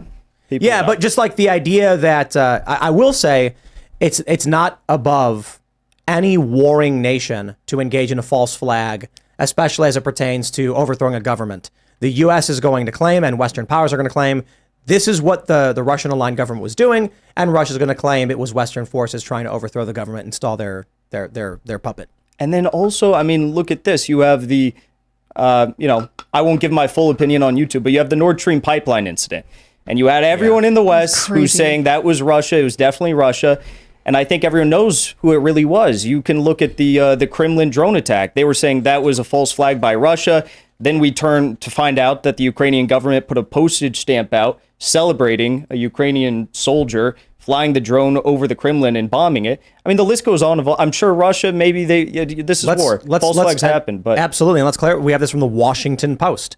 U.S. had intelligence of detailed Ukrainian plan to attack Nord Stream pipeline. The CIA learned last June via a European spy agency that a 6-person team of Ukrainian Special Operations Forces intended to sabotage the Russian to Germany natural gas project. They claimed over and over and over again that Russia did it. They even speculated that Russia could have dropped a bomb through the pipeline. So when it got to that point, it blew up, which makes literally no sense. Russia, Vladimir Putin being like, I have the perfect way to defeat my enemies. I'll blow up my own oil pipeline. What? It didn't make any sense. And yet this was all of the Western media was like, that's the only explanation. Russia must have done it. And then slowly it sort of came out that, oh, actually, this thing that seems improbable is actually probably not true. Yeah, it was it was what it was. Whoever did it. I mean, that's the CIA Washington Post saying it was Ukraine who did it. Seymour Hersh has other ideas, Biden administration. But at its core, what happened with that? I mean, it was an escalation of war. It prevented Germany from being able to negotiate with the Russians by turning the taps back on for the Nord Stream pipeline. And it made a real big issue for Europe. They had to buy Russian liquefied natural gas. They bought 40% more liquefied natural gas from Russia in the EU over the past year. So, I mean, it just caused prices to go up. You have the German economy, you have the French economy, you have the Italian economy that are all in shambles right now. Europe is in an inflationary crisis. They're about to be in a recession. Germany's already in a recession. I mean, it's quite clear what's happening. What do you think is the ideal circumstance right now related to the war in Ukraine? Like how a peace deal. Resolution, Peace deal. yeah. How like, but what is it? Well, Right? What's I your- mean, I think if you listen to Putin, which no one in the Western press and Western governments, they try not to, you know, I think he's quite clear about the fact that this 87,000 square kilometers of territory they've already taken is formally now part of the Russian Federation, and it should be respected as such. The former French president has come out last week and said that, you know, there should be formal referendums in these regions to actually decide whether or not they want to join Russia. We've already seen these elections, though, and they weren't internationally regulated, but these people said they wanted to join the Russian Federation. And I think Russia's not going to stop and try for a peace deal again until they get Nikolaev and Odessa, which will landlock Ukraine, and also get the Kharkov region in the northeast. I think once they get that, maybe they'll try to push for peace proposals again. But until then, I mean, it's gonna be the same old. People, unfortunately, are gonna die because no one in the West is serious about pushing for peace. Can I ask, what are the major differences between the Soviet Union and modern day Russia? Well, the main differences, I think, I don't know. I think the Soviet Union was pretty base, but I think that the Russian economy today, if you look at the economy, if you talk about that, what is the basis of the Russian economy? Well, you know, Soviet Union at its start, the country was at its knees. You had basically a feudal society, and the Soviet Union took it from its knees to a war superpower, won the Second World War at the cost of 27 million people, but it also centralized the important sectors of government. And we're seeing that in Russia today. Instead of in the United States, where we have all these rapacious, you know, private companies that are hoarding our resources, hoarding our oil, hoarding our gas, hoarding our coal, whatever. In Russia, they have it under a public structure. You know, it's under the government. And they can actually, you know, utilize these systems to benefit the people and negotiate with other countries like BRICS partners in terms that are going to be beneficial to the Russian economy and the central bank. And that's what's happening with BRICS. You know, they're expanding very fast. This matters a lot. Pull up, take a look at this from the BBC. Russian military control. Look at this. They have all going all the way down to Kherson, nearly to Odessa. All of Crimea and everything is under Russian military control. We keep getting told, or we've been told over and over again, that the Ukrainians are pushing back, but it really feels like what they're doing is, for every 10 conflicts that arise, let's say it's 10 battles, Ukraine wins one, that gets reported in the press. And so everything we hear is like their counteroffensive is working, they're gaining ground. This is crazy. And not anybody just who's that, been keeping track of this, I mean, look, Russia's basically won. They've taken the Donbass, they've taken the land bridge to Crimea, they've got it. And it's not over yet? And not just that, but the cities that Ukraine is taking, if you look at the pre-war populations for these cities, it's like 50 homes, 400 people, maybe a few farms. It's nothing. In this big counteroffensive that we put all this money to, Ukraine hasn't even reached the first line of Russian defense fortifications. They have 3 lines of defense fortifications that they've been building up since last November. Behind those 3 lines, they have tens of thousands of reservists. And then back in Russia, they have even more reservist soldiers than Russian soldiers in the whole of Ukraine right now. So it's only going to go in one way. It's going to go, I guess, 2 ways maybe. However Russia wants this to end, or mutually assured destruction. Whatever happened with the Bakhmut situation? Because I know that just was in the news for the Ukraine war for a while, and now Prigozhin, which I'm also curious to your thoughts about how that's all played out. What's the deal with Bakhmut? Because I feel like we've almost seen a stalemate. There's been no progress either way. At least someone as a casual observer of what's been happening in the war. So yeah, I'm curious to your thoughts. Wagner, under the leadership of Prigozhin, so when he was still alive, months ago, they fully liberated the city. They took it 100%. So none of it remains in Ukrainian control. There's still some firefighting on like the flanks, the outside regions of Bakhmut or Artyomovsk, and basically what's going to happen over the next several months is the Russians are about to start an offensive of their own because they defeated the counteroffensive from Ukraine. They're going to focus on the flanks of Bakhmut. They're going to focus on maybe Kherson, and they're definitely going to focus on taking back the whole strip of land in the northeast, the Kharkiv region. They're going to probably take all of that back.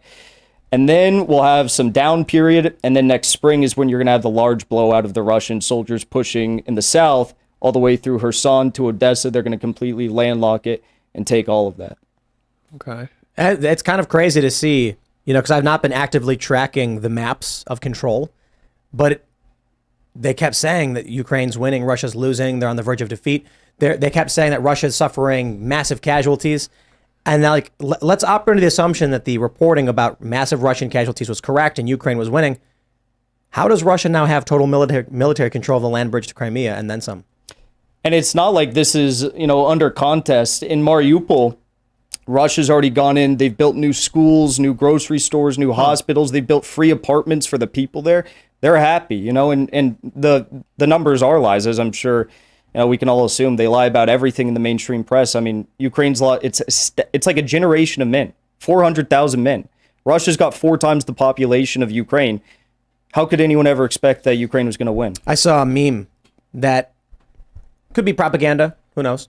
And it was a 4chan green text where it was a Ukrainian dude, and he was like, 1 year ago, I'm engaged, about to get married, I'm working at my job, making an okay wage, everything's fine. He's like, today, log on to social media and see my fiance dancing in a slutty dress in Germany, having a party at a rave, and I just got my draft papers, I'm going to be sent to the front lines where I'll probably die. Why is my life like this? Yeah, the people there, I mean, I got to be honest, the people I knew fled. The people that I knew from Ukraine aren't there anymore. And they're posting pictures on the beach and other places, and I'm just like, what is... Russia's moving in, they're taking, and I'm just seeing the media lie about what's going on every step of the way. How do we end this and just say enough? Because at this point, I don't see an argument based on this map for Russia gives up territory it won in a military conflict. You lost. Perhaps a peace deal could have happened a long time ago before Boris Johnson destroyed it. And then you could have actually preserved some of this land under Ukrainian control or prevented the death of people and ceded it in the first place. I don't see how this ends well for the rest of Ukraine or for NATO. I do honestly think that if U.S. interests and NATO refuse to let go of this, it's going to escalate into a more direct conflict. I think it depends on who gets elected. Trump said... He sounds insane when he says, I'm going to end the war in 24 hours, right? I believe it. But yeah, of course we believe it, because if you withhold funding for Ukraine, their government collapses in hours. Their government employees, their soldiers, their pensions, their firefighters, their police, the corrupt people, stripping people off the streets to go on the front, they're all funded by the U.S. taxpayer. So they collapse within hours if we stop. And Trump said he's going to put a peace deal forward. If Ukraine doesn't like it, that's the end. I think that the moment they announce Trump as the projected winner, Russia immediately says ceasefire, because we know what happens when Trump comes in, and we want good faith efforts to put an end to this. Mm-hmm. And I think Ukraine agrees, knowing their funding is about to end and it's time to find a safe way to retreat. Donald Trump gets on the phone. I bet the moment Trump wins, he's on the phone saying, we're going to have, once I'm officially in and hands on the Bible, this is done. I bet they'll try and get him on the Logan Act or something before he's brought into office. They'll try and stop it. But I think the moment Trump is in office, he gets on the phone and says, there's no more war. We're negotiating tonight. I'm flying out. He flies out. It's over. Like you said, the U.S. cuts off funding to Ukraine. There's no war anymore. Yeah. Mm-hmm. Either that or it continues to escalate, as you said. I mean, the Russians, they're 27 million people serious to protecting their civilization. That's how many they roughly lost in World War II. And they see this as a similar threat. So... they've lost 100,000 men so far. Who cares? I mean, that's sad. That's terrible. But they're willing to go a lot further to protect their country, their civilization, and their land than 100,000 men. And they have the population and resources to commit to that. Oh, yeah. So we've heard, what we've heard from the press, the corporate press in the United States, is that Vladimir Putin's evil, and he's like Hitler, he wants to steal land. That seems a bit one-dimensional. Even if that is the case, and you genuinely believe Putin is just evil and says, now's my chance to steal land, there is a goal to the land they're taking and a strategic value to what they're doing. we don't hear it that often in the general messaging from the press. Much like with the war in Iraq, they hate us for our freedoms, which was completely meaningless to people who paid attention, but sure, worked on those who didn't. I'm curious, from your point of view, why did Russia invade, and what is their goal, and what are they ultimately hoping to achieve now? To put it as quickly as possible, Ukraine is not a sovereign country. It's just not a real country anymore. It wasn't since the U.S. came in and toppled their government in 2014. You have a sovereign government topple your country, do away with any form of, elected representation, say, this guy's leading your country now. If you don't like it, they're going to sick these Azovite or right sector thugs on you in the Donbass. They killed 15,000 individuals in the fighting, many of whom were civilians in the Donbass from 2014 when the coup took place to 2022. The Communist Party of the Russian Federation is the second largest party in Russia. They were begging Putin to go in and save these people in the Donbass for the past 8 years. They were saying, you're insane. Why are you doing anything? Why aren't you withholding energy to Ukraine? Why are you doing something? So they were very critical. The other fact here is that in 1991, Secretary of State James Baker said NATO is not going to extend 1 inch east past of Germany. They violated that promise, I think like 16 or 18 times now. They got all the way to Ukraine. That was the red line. Boom. I mean, that's that. And the violence didn't stop. The escalation continued up until the week in which this war started. But again, I don't think this war started on February 24th, 2022. I think it started back in 2014 when a foreign government came in, seized power, and started to commit violence against any dissidents in the state of Ukraine.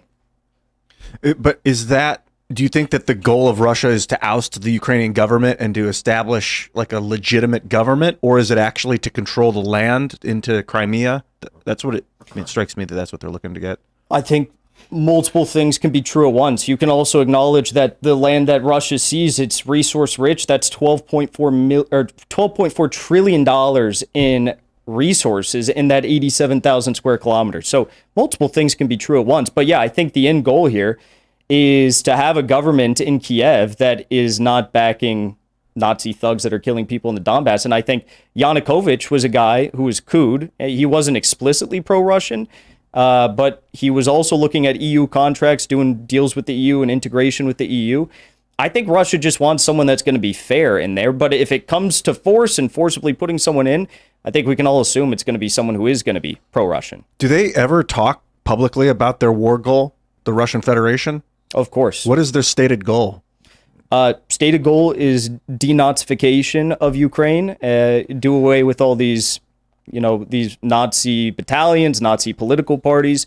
From 2014 to 2018, there was a good deal of Nazis within the Ukrainian government. 2018 onward, it wasn't the case.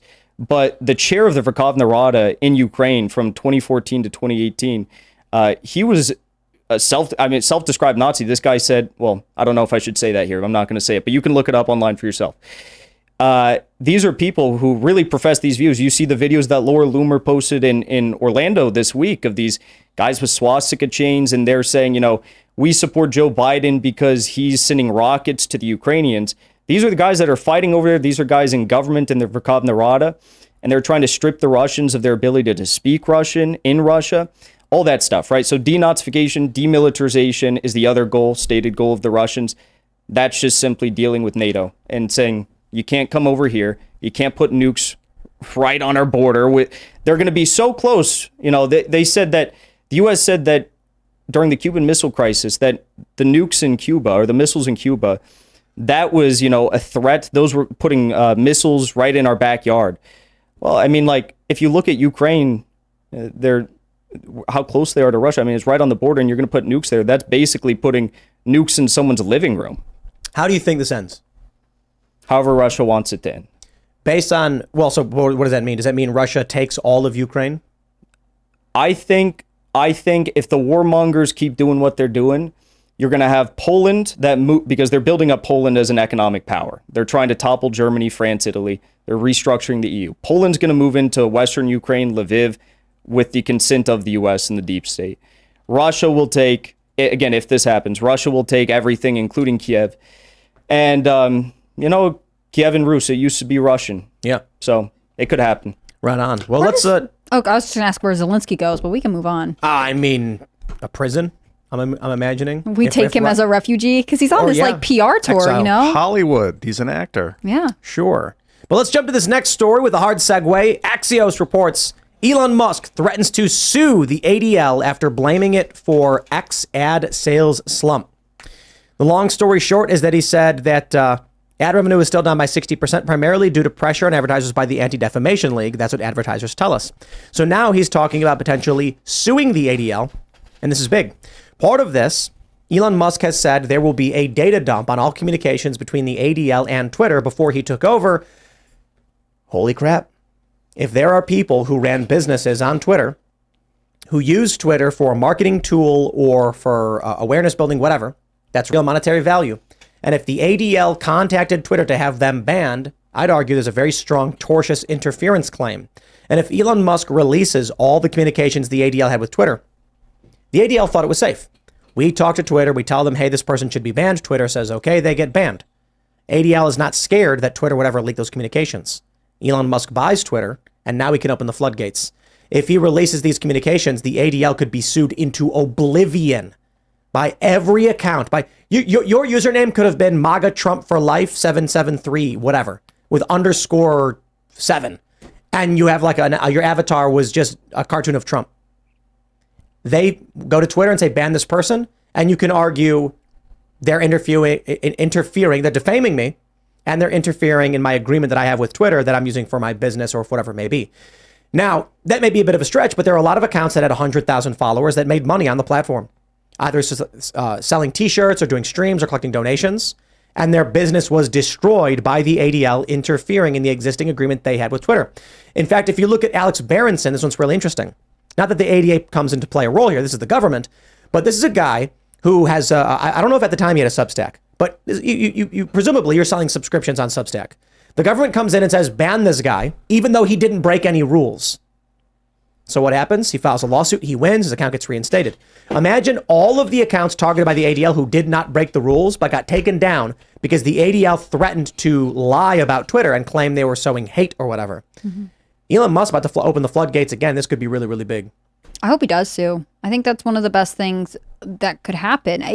I think one of the kryptonites of the American social media general culture is that there are people who can say this person is bad and you should never speak to them. You should never have them on your platform, and that can have a rippling effect. I mean, maybe it's an anonymous account, but maybe it's just someone who posts under their real name. The ADL, which has its own political bias, doesn't like them. Well, if you're banned from Twitter, what stops you from being banned from PayPal, from MailChimp, from all of these other organizations that say, well, we heard that you were bad. We heard that we're not allowed to support you. I mean, there is a really serious ripple effect that damages free speech in this culture, and the ADL has been at the center of it for a long time. I love the idea that the ADL, Anti-Defamation League, could get sued for defamation. Mm-hmm. Yeah, so people are calling them the Defamation League. Yep. But they've been sued, I guess, for defamation before. 20-some odd years ago, they had to pay a fine. I don't know exactly what happened with that. But this is a key component to the narrative manipulation in this country. Organizations like the ADL and the SPLC lie all the time. And that's a fact. Southern Poverty Law Center has had to apologize. The ADL has also had to apologize for putting out false information. But this is what they do. The example I gave earlier is that there's this group called the Election Integrity Partnership that accused me of being a super spreader of fake news. And this is why I use NewsGuard. Because now my response to them is just, I don't know, take a look at NewsGuard, who certified everything you said was fake news, and then ask them why they claimed it was legitimate news. Don't look at me. All I can do is use NewsGuard. But the game they play is, they never exactly said what fake news it was I was spreading. The ADL will accuse you behind the scenes. You won't even know about it. And then the news reports come out saying you did thing or were accused of it. They'll come out and say, after being, so-and-so got banned for hate speech. And then it's just like, what did you actually say? Doesn't matter. Then the media can report it. Then regular people hear it. And then they start making assumptions about you. For a lot of people, like, for instance, we had Steve Bannon on the show. The first time he was on this show, I got tons of messages from people saying they thought he was crazy. They never actually heard him speak. There was a meme that they had on Reddit circulating. And it was a picture of Bannon. It said, this man thinks his race is superior to yours. And it's like, Steve Bannon's not a white supremacist. He doesn't think that. They make this stuff up. They hire people to spread disinformation. Then they attack social media organizations to get you banned so you can't defend yourself. Mm-hmm. Mm-hmm. and it's able to happen because it's government utilizing private companies to attack, what would otherwise be definitely free speech. The Ukrainian government put me on a kill list, and then I got banned from PayPal, Venmo, Twitch. I got banned from all these things after that. So I don't know. Maybe we could talk. But I think the most interesting answer to this, and obviously any solution is going to have problems, but if you fully nationalize big tech and take it away from these private corporations, wouldn't free speech have to be, at least in maybe a better way than it is today, protected on these platforms? I don't really want Biden administration administering free speech. Yeah. They have their own position on who gets to speak freely and who doesn't. But they don't take like Medicare away from people in the United States because, at least yet, because you have different political views. Maybe in Canada they do that, but they not do here. They do target your taxes based on your political views. They do that. You're right. Not a perfect solution, but you I don't know. It's worth thinking about. I think it would create another monopoly controlled by the government, but the idea of forcing these private companies to free their software code to the people as like a government action could work. Because once you have access to the devices or the material software code, you can make your own version of the site, and it can't ban you. I was going to say, if the government owned social media platforms, it's too much like Ministry of Truth for me. I'd rather have someone private. Neither are ideal, but government's like the worst option. yeah, But it's just not going so well in China, No, I don't necessarily agree. If there was a social media that was run like a public utility that was maintained by government workers, it's very difficult for them to come and shut off your water or something like that. The idea would be only under strict, specific regulations could they take your account down, like with a warrant. Right now, don't get me wrong. Sorry, just there will be corruption. Search warrants are required to break into your house or for the cops to come in, and they might be able to get a bunk warrant signed by a bad judge. But if your account is up and you incite or commit a crime through, saying, hey, everyone go do this at this time, they go to a judge, get a warrant. The judge says, take it down. They take it down. Then you go and they can arrest you or whatever. But it could theoretically work.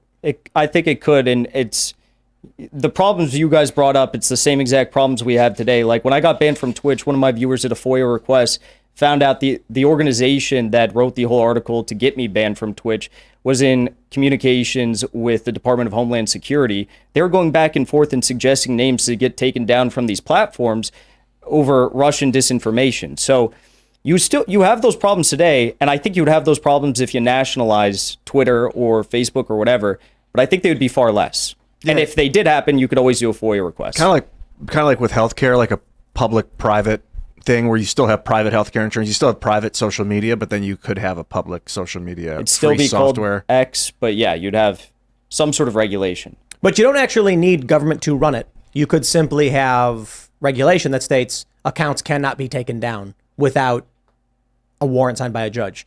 So then for someone, so we have these, we've talked about this quite a bit, actually. In New York, for instance, Occupy Wall Street took place on what's called a POPS, a publicly owned private space. So the land is owned by an organization, an entity, but you can use it because of an agreement they have with the city, which grants them certain liability protections, but also grants you free speech rights, even though it's owned by somebody. So Elon Musk can monetize, can put ads up. He's the owner, but he can't remove people because he's made an agreement on liability. That's the way it should be. When Occupy Wall Street happened, they said, we want to remove these people. And they're like, there was a lawsuit and they're like, you can't. It's a public space, so free speech is allowed. You can't just claim private property after the fact. The same thing should be true for Twitter. Once you're signed up and on, you have free speech. They can't remove you unless you commit a crime and they get a warrant.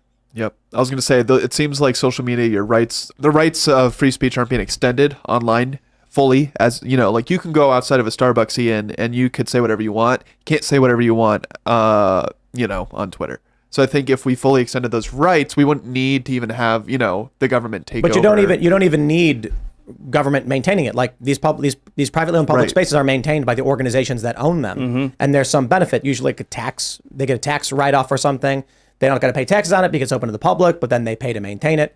In the instance of Twitter, they get the lawsuit protections. You're not responsible for what anybody says. You can sell the ads, but you also can't remove people unless they're breaking the law. There are challenges with that, but I think the issue then gets to what we've talked about before. If you go in public and you wave a poster with porn on it, you're going to get arrested on obscenity charges or something. They're going to take it. They're going to pull the sign down. They're going to say you can't do that. Twitter should be the same thing. I don't understand how we got to the point where we as a society still recognize you can't go out in public and show lewd images and wave them around in the air, but on Twitter, you can. On any social media platform. Why is that you got to pay, you have to show an ID to get into a bar. You got to show ID to get into a casino. You can't even walk through a casino unless you're 21. You can't even bring your kids to the restaurant. So a lot of casinos will do this thing where the restaurant is actually just on the other side of the security line so families can actually bring their kids. Yet when it comes to looking at adult graphic content on the internet, there's no requirements. Yeah. That's nonsense. Yeah. No, it's crazy. And other countries aren't like that. In Asia, China, you don't have that sort of stuff. Russia's doing away with that stuff. And I think at its core, the question of this issue of hashtag ban the ADL, it's like all of these issues of foreign or domestic interference in private companies is completely legal. There's no First Amendment protection. But Tim, like you said, if you have some sort of a structure in place there that guarantees free speech, it would do away. Anytime you have someone getting banned or taken off for something other than explicit content or illegal criminal activity, that's immediately a free speech issue. I want to jump to this story. Let's get cultural. We have this one from thegamer.com. They say, Starfield isn't woke. You're just afraid of the future. Now, many of you may not be familiar with Starfield. It's a video game. And a controversy has emerged because you can choose your pronouns in the game. Another game just came out called Baldur's Gate, which is also sparking some culture war outrage that I think is worth talking about. Because there was a funny meme and it said, gamers are entering the culture war. What's going to happen now? And it's like, Gamergate was the beginning of the culture war when people playing video gamers got upset over a variety of issues, including gaming companies paying media outlets to write favorable reviews for them. But this is what happened. Here's a story. Starfield has pronouns. Actually, Ian, can you explain what Starfield is? Starfield is a game by Bethesda. It's their newest launch. So like Elder Scrolls and Fallout, this is the new one, and it's a space game where you can fly around from planet to planet and experience different biomes. I think it's first person. First new IP by Bethesda in 25 years. You've actually been playing it, Kellen, you said. Yeah. I've not really encountered any wokeness. I mean, the pronouns thing was already default to he, him, so I didn't even touch it when I started the game. But I'm curious what this article talks about because so far I've enjoyed it. I haven't run into any nonsense. Is it like Fallout? Exactly. So what Fallout 76 should have been, except in space. Like it just works well. It's very in depth. I like it so far. They say shortly after early access began this weekend, a clip went viral featuring a bald British man screaming about how Starfield is desperate to remind us of the current day with its use of pronouns and body diversity.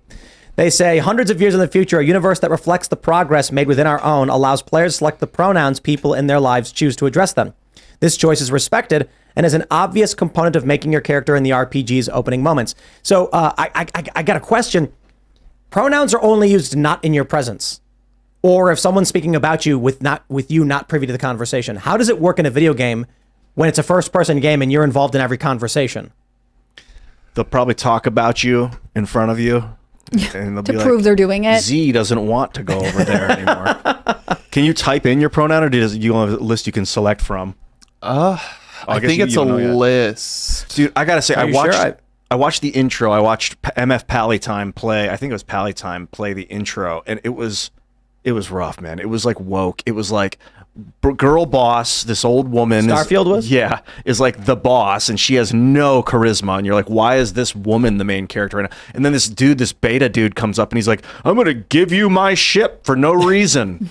And that's the beginning of the game. And then it just dumps you, and it's like, wow, this is like... Well, that's the beauty of the really game, is you can plot. completely take a left turn if you don't want to follow that. That's how, that's how Fallout, vast... that's Oblivion, right, that's Skyrim. Right, so you don't have to follow that storyline if it's rubbing you the wrong way. I like that having the option, Here it says, Starfield doesn't even push the progressive boat all that much, from what I can tell. Most of its companions abide by the sexuality of the player when it comes to romance, while going with the non-binary gender option will also lock you to a specific protagonist voice that can't be changed no matter how you might sound or look in reality.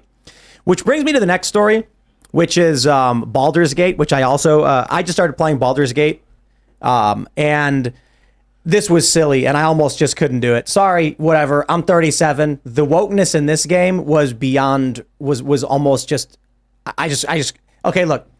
Usually when I play these games, I just do like random character. I don't care. And the name will be like random letters, whatever, dude. It's a first-person game. you're sneaking around. With Baldur's Gate, it's more of like an overhead turn-based RPG. But with Baldur's Gate, you can be, when you're creating, you create 2 characters to start with. And you create one more directly and then one as a companion. And so I'm like, okay, Baldur's Gate, like Ian tried playing it. Yeah. I'll play this one. And so in the character creation, you can choose body type 1, 2, 3, or 4. I think there's 4 body types. There's basically thin woman, man, fat woman, and fat man, or like wide body, I guess. Then there's gender identity and voice. So you can have like a type 1 body, which is female, with a dude's face and like a female voice, like, I don't know. Or you can have like a woman with like a dude voice who identifies as a man. Identity is actually a characteristic in the game. So you can take a totally female character in every possible way and then say identifies as a man. And I'm like, what is the purpose of this?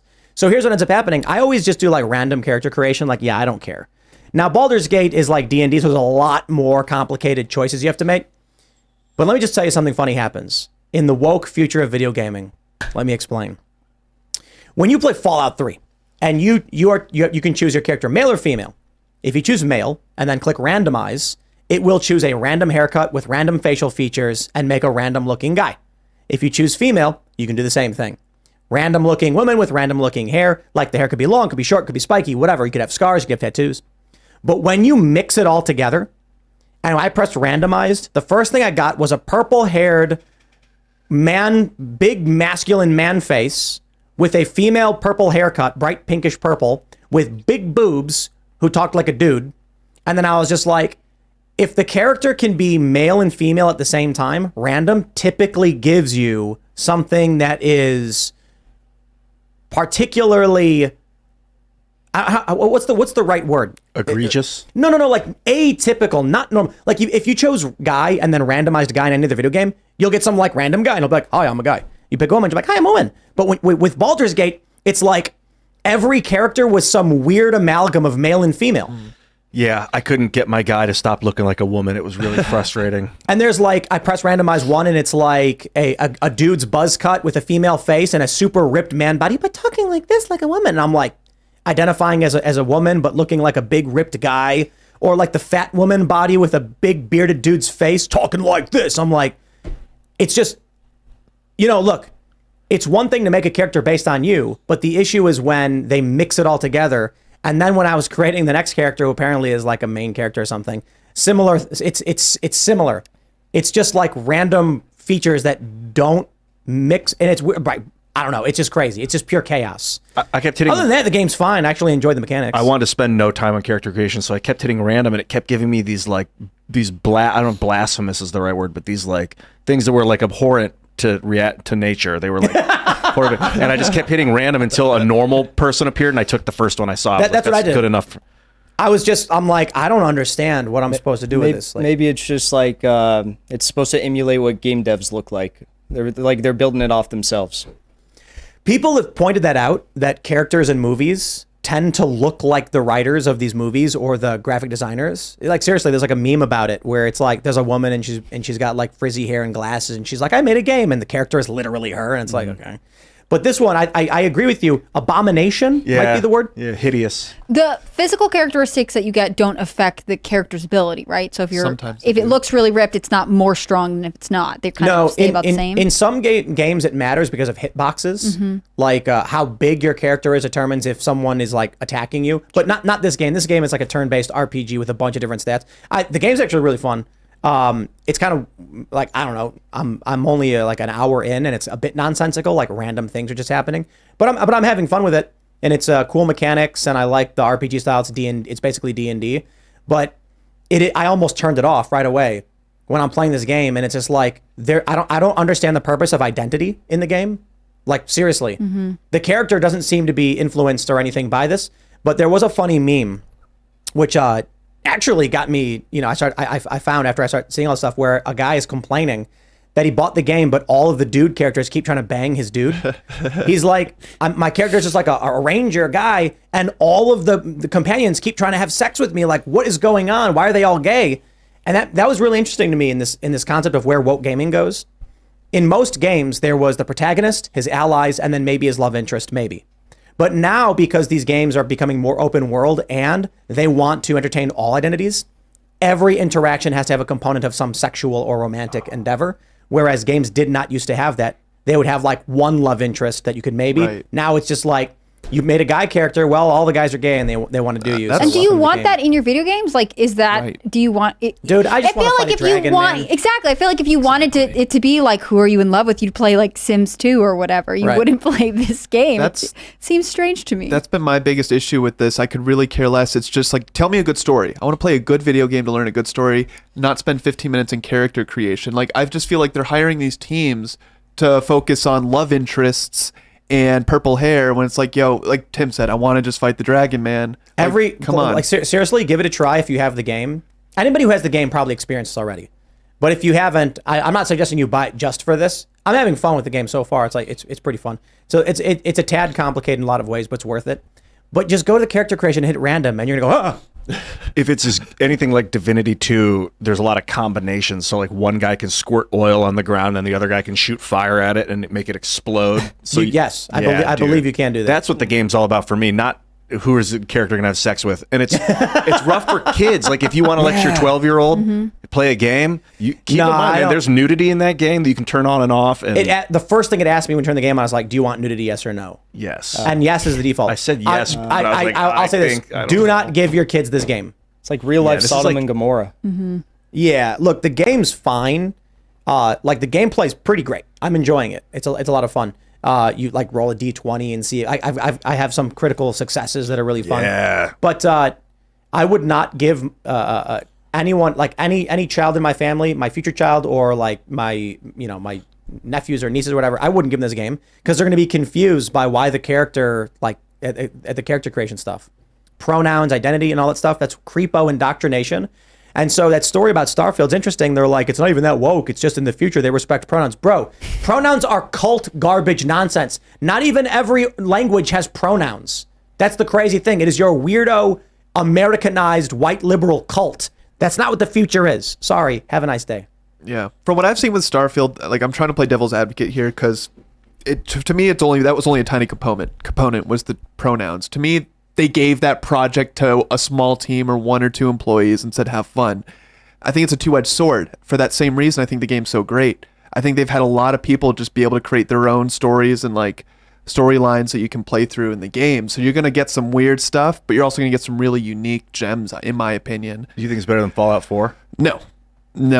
I don't think 4 it's is bad. Fallout. I like Fallout I don't 4. think it's better than Fallout. Are you a video game guy? It's still good. I like it though. No, but I think whoever made this game, Russia and China never would allow anything like this within like 1,000 miles of their border. And I think in America we have a really big problem with this sort of stuff, indoctrinating the youth, confusing them, like Tim said, at a young age about all these things that they shouldn't be thinking about. They should be.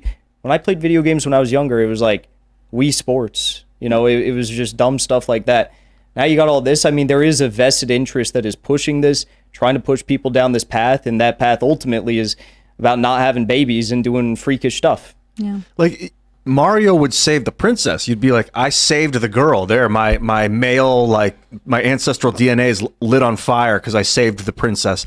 But now it's like Mario walking in with his shirt. He's kind of sweaty and like I don't want to see him pushing the princess up against the wall and like them making out. Like you don't need to add that stuff to Super Mario Brothers. And a lot of these new games are like they're going so cinematic, but like to a fault. I don't know. I mean, I guess.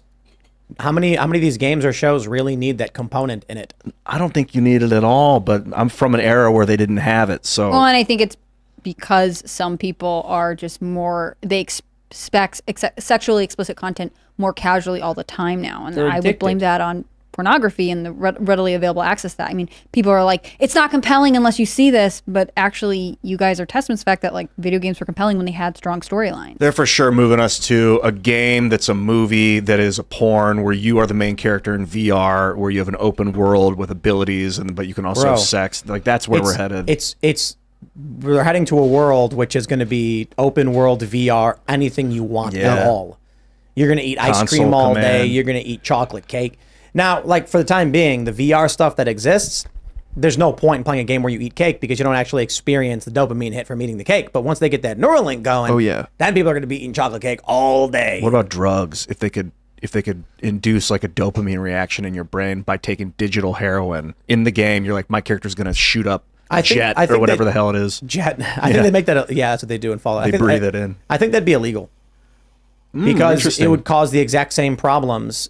Triggering dopamine release or whatever would cause the same problem. If they artificially or through chemical induction, I think it would just cause you serious problems. They'd have to ban it. But don't know how you do it. They're going to go to like Neuralink drug dens where they're like, we can bypass the patch and the security features to trigger whatever feeling you want. Yeah, because at first in the game you'll be taking the drug and then you'll be getting the feeling in real life. But then they'll be like, no, in the game you don't. It's illegal to take the drug in the game. And they'll be okay. I'm just going to stare at flowers in the game, but you're still going to get the feeling. And then they'll be like, we can't stop. Because basically clicking like looking at all your likes on social media is producing dopamine, kind of like a drug. Scrolling and scrolling. Have you guys watched The Peripheral on Amazon? Yes. Negative. Yeah. Wait, I think so. Yeah. Yep. And she's got that weird, like, it's almost like she's hungover when she comes out of the I forget if it's a computer game or whatever it is. They're in like a branch timeline. But when she disconnects, she's all disoriented and like weak and everything. So I wonder if we'll get something like that, even if drugs aren't related, that people are just so used to being in the VR when they come out. Dude. It's just a total shock to the system. You guys, I have a confession to make. Last night I went to go live Moss. I'm proud of you. Yeah. You deserve it. And when I walked in, they had big touchpads, and I did not talk to a human. Where? Taco Bell. Oh. Live Moss. And I got a cheeseburger gordita crunch, and it was delicious. It was worth it. Have you seen their? But I ordered on the kiosk. Yep. And then it just made, and they're like, they yell out my initials. DP. They got your order right? Yeah. They have I think these, it's kind of base. But I'm just saying, like, this is like you're in the future, man. I'm talking like very soon. There's not going to be a counter. No. You're going to walk in to the kiosk. You're going to hit the buttons, and then it's going to go order 17, and then you're going to walk over, and it's going to open up, and the food's going to slide out. I don't want some smelly, freakish, blue-haired, who knows, like Starbucks worker taking my order at 7 a.m. when I'm trying to wake up. Like, just give me my order. Put that person to work on an oil rig or something. Do something useful, and if you can't do that, then sucks. But we need an economy that is oriented around human prosperity, not around like degenerate freaks expressing their identity, handing me a latte that they didn't even do anything But to I don't make. know that has to do with AI takeover. Oh yeah, it does. I mean, like the dudes who I were want working full there, AI takeover. but the people working there were not like you're describing. It was like a regular dude, and it's just like I don't interact with him though. His labor is better used elsewhere. Yeah. I think the issue, though, is there's a finite amount of better use elsewhere labor. So when we automate away all the low-skill jobs, what are you going to do with all these immigrants? What are you going to do with all these high school students? They're going to be locked in the Neuralink pod eating bugs, and they're going to be like, life is good. I think the answer to that is A, having a shorter work week. I mean, you don't really need people working 40 or 80 hours a week, as so many are, to make this country run. You could have way more free time for the average American. That American that has that free time, I mean, I'd hope most people, God-fearing people, family-oriented people, are going to start new businesses. I mean, it's what's happening in China right now. They've got more millionaires than ever before. They got more billionaires than ever before, more people being lifted out of poverty, and their country's not going down a path of social degeneracy and lunacy and chaos like we are here. That's what's happening in America. China's going in a direction of actually increased prosperity for the average person, despite what you think of the characteristics of the country itself and what they value there. I've heard that the way that they responded to COVID by shutting down annihilated their economy. Is that not true? I mean, their economy did take a slight hit, but there's certain things you can't talk about on YouTube. They viewed COVID very differently than every other country viewed COVID. We're going to go to Super Chat. So if you haven't already, would you kindly smash that like button? Subscribe to this channel. Share the show if you really do like it. Word of mouth really, really does help. And head over to timcast.com. Click Join Us. Become a member. We're going to have an uncensored members-only show coming up. Tucker Carlson's got an interview coming out. And we're going to talk about this Obama and his proclivities on the members-only uncensored show. So we look forward to seeing you there. Plus, we're going to take calls from you, our audience, and our members. Let's read some Super Chats. Crazy Blake says, love you guys. Keep up the good work. Rip Roberto. Roberto's still alive. It's Roberto Jr. I have bad news. Vanessa passed away in her sleep. Oh my gosh. Yep. Man, so few OG chickens are remain. What is a typical chicken lifespan? 10 years.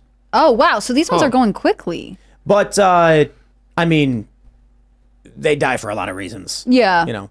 So one had cancer. The chickens that we got, we were warned were a weak batch. We got them in the winter, and it was like, you know, you're going to lose some of them because they're fairly weak, you know, in the winter and all that stuff. But I don't know. Vanessa's been around for almost she was 3. Yeah. And it's unfortunate. Roberto Jr. we knew had issues. When he would crow, he would collapse, and so we didn't know what to expect. And then he had a heart attack and died suddenly. It's unfortunate. It's very sad. But I think we've only lost maybe like 5 out of the massive amount of chickens that we have. So, you know, and yeah. I don't know. How's his heir doing? We have Roberto the Third, and he's got a brother too.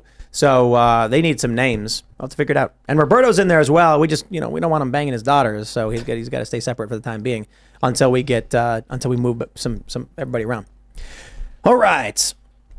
Zimemeru says, I like you, Jackson, but you had one bizarre take on the Avatar movie. Also, have you guys seen the first day out Trump rap song? AI is going to make 2024's meme war next level. I have not seen it. I will look into it. I started playing Fallout 3 again, so I'm interested in trying Starfield, but I just don't think you could ever beat Fallout 3.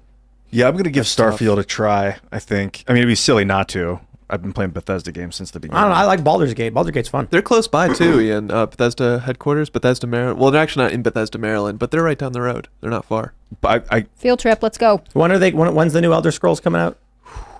It's going to be a couple years because this one they were putting everything into in Starfield. And they're doing Fallout 76, and they're just pushing more of that. And I it's just like, don't know if that game's still getting updates. It is. I'm pretty sure they just put out a new update. Huh. Well, No, I could be wrong. It's decent. Fallout 3 is one of the best games ever made, if not the best video game ever made. It's a masterpiece. Yeah. It's got Liam Neeson in it. It's got 3. Malcolm McDowell in it. Yeah, where you go on like the old aircraft carrier. Felicia Day's in it. Yeah, Rivet City. She is? I didn't know all those actors Pretty were sure involved. Felicia Day's in Fallout 3. Wow. Yeah, that was groundbreaking, that game. What's your take on the Avatar movie? The blue people were the bad ones. What were their Why? what were they bad about? They're hoarding all the resources. These guys are just trying to come in and make life a little bit better, develop a little bit. Real quick, no, she's in New Vegas. I was wrong about Fallout 3. Anyway, continue. They're just the bad people. This is Wall Street, City of London. They're trying to hoard all the resources from the working man that's trying to get by.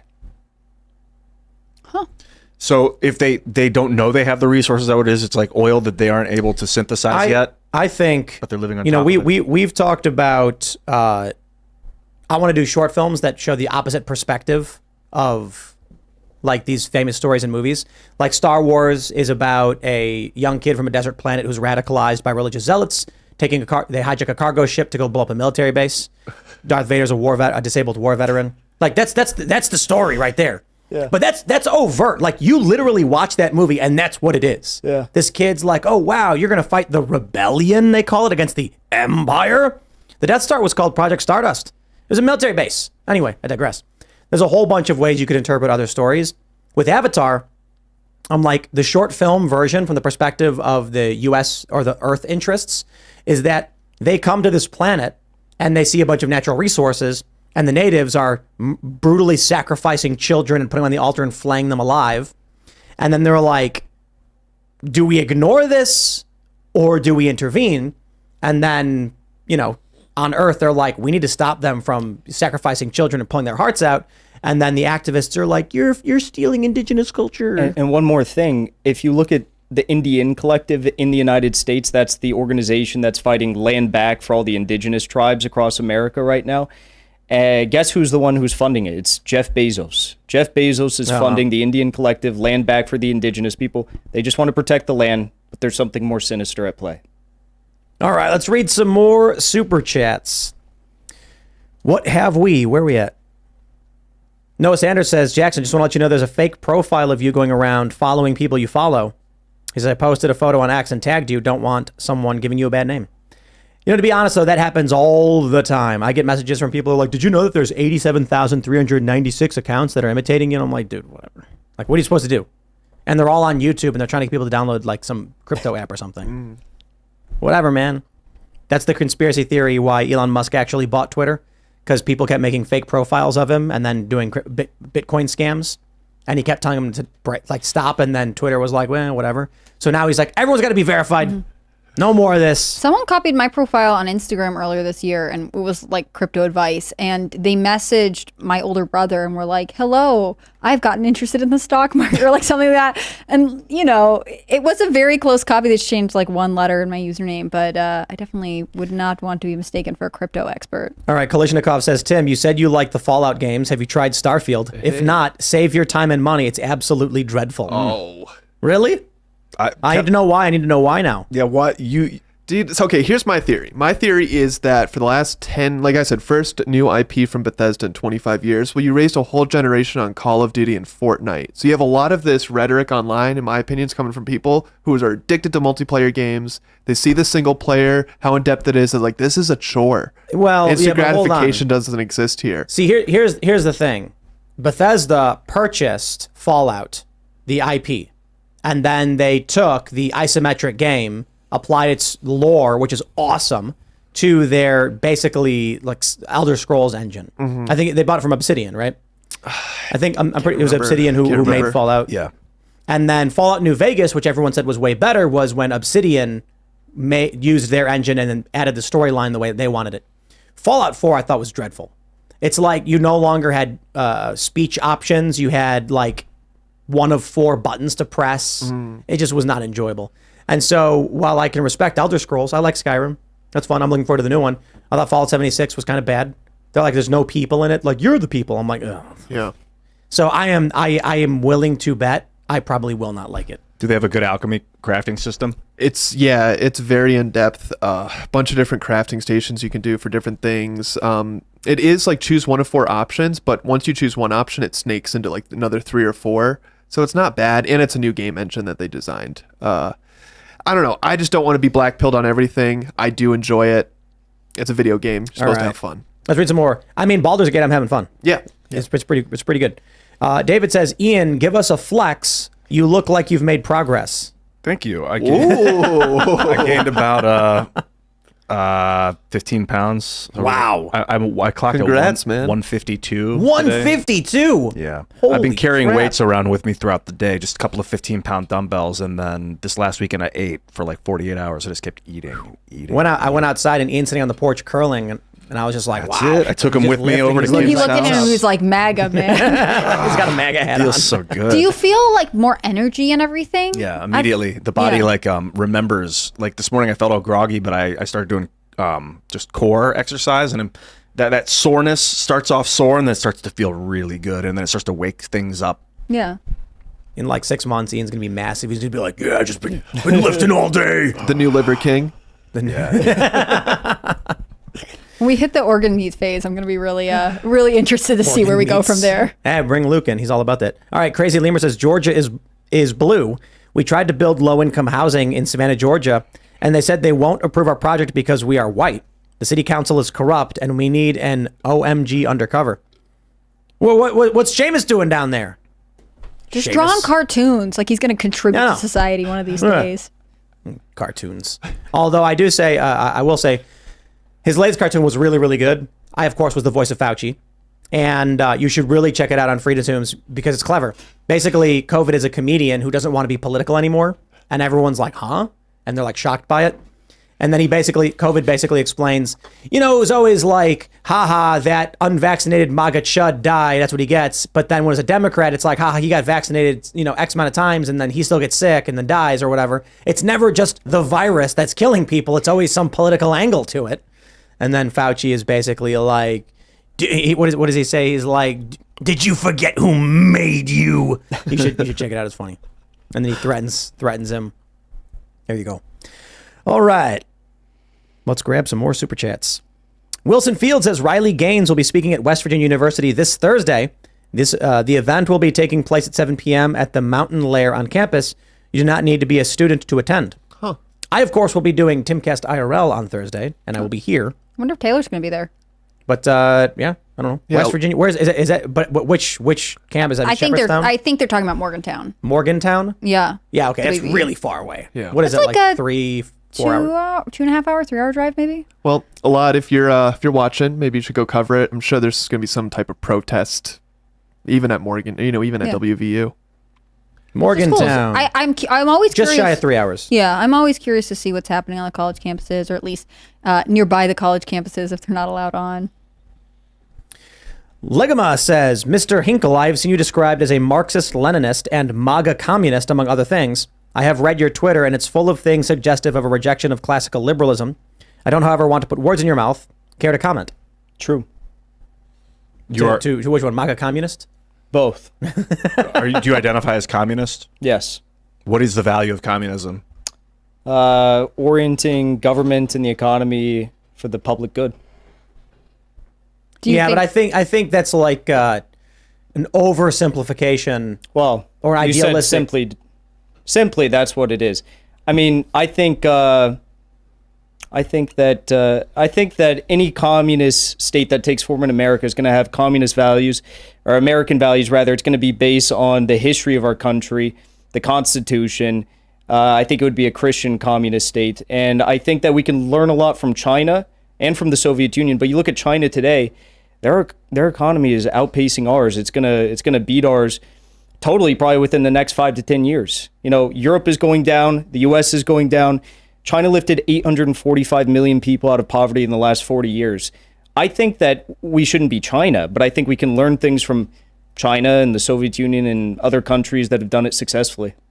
Successfully? Do you think Soviet China Union didn't do it successfully? Fell apart. Yeah, Well- they fell apart in 69 years. But what did they do successfully? They took their country from its knees, from dirt, from a feudal society, basically, to the economic powerhouse that defeated Nazi Germany, the bloodiest, largest battle in all of human history.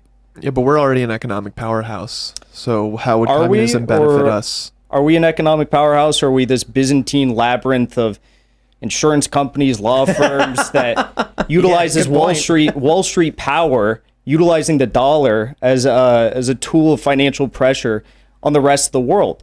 Without the dollar, America is not nothing, but it's nowhere near as strong as it is today. And when you see BRICS rising up, you see Russia, China, India, South Africa, Brazil, you see Saudi Arabia, the UAE, you see Iran, Egypt. Seven of the top 10 largest oil producing in the nations today working to create a new global reserve currency that's going to challenge the dollar. I mean, it's not the end of America, but it's not going to be pretty for us in the future. You think that centrally planning an economy is a more effective strategy than letting the private sector take it? I think that every economy's planned. This economy in the U.S. is planned to enrich Wall Street, rich legacy families in our country. It's built to enrich, the largest monopoly capital powers that reside within the U.S. I think China is a country that plans the economy to lift people out of poverty in regions like Xinjiang, and also focuses on giving people tax relief, helping them create new businesses, making sure that they have enough money to afford homes and healthcare and stuff like that. I think America is a country that prioritizes every single interest of the ruling class over the interests of the working man. That's why we have 60,000 homeless veterans, 600,000 homeless individuals. We have a higher ratio of homeless in our country compared to any industrialized developed nation on the face of the earth. What about property rights? Would you suggest doing away with them? I think we should just give property to the people. Trump's talking about this new plan for America cities. He's talking about 10 new cities across the United States. We'd have, top elite architecture specialists throughout the country that submit plans to build new cities where people, young Americans with families, are basically going to get the opportunity to buy land, buy homes for pennies on the dollar for super cheap. And I think we should do that right now. I mean, why is it that every American is governed by debt? Every American is in debt when it comes to their home loans. Every American's in debt when it comes to student loans. Even medical debt is insane right now in the United States.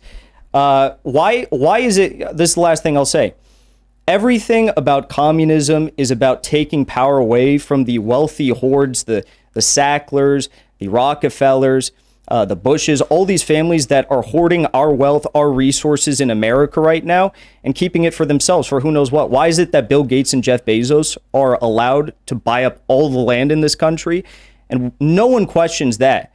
But the idea of giving every American enough land to get by, maybe have a small garden or a farm or something like that, that's insane, and no one's allowed to talk about that. And that's some communist conspiracy that no one's ever going to imagine ever taking shape here. Well, this I think doesn't- that's insane. Well, compromise. All of the land seized by the Bureau of Land Management, we break it apart and we give pieces of it to various American citizens. I was going to say, this doesn't really sound like communism. It almost sounds like just a form of socialism that you're describing, that you want the government to do more for the American people. Because communism would be the government owns all the land. We're not getting it. Yeah. So, Well, that's not the case in China. China, they've given land to the people.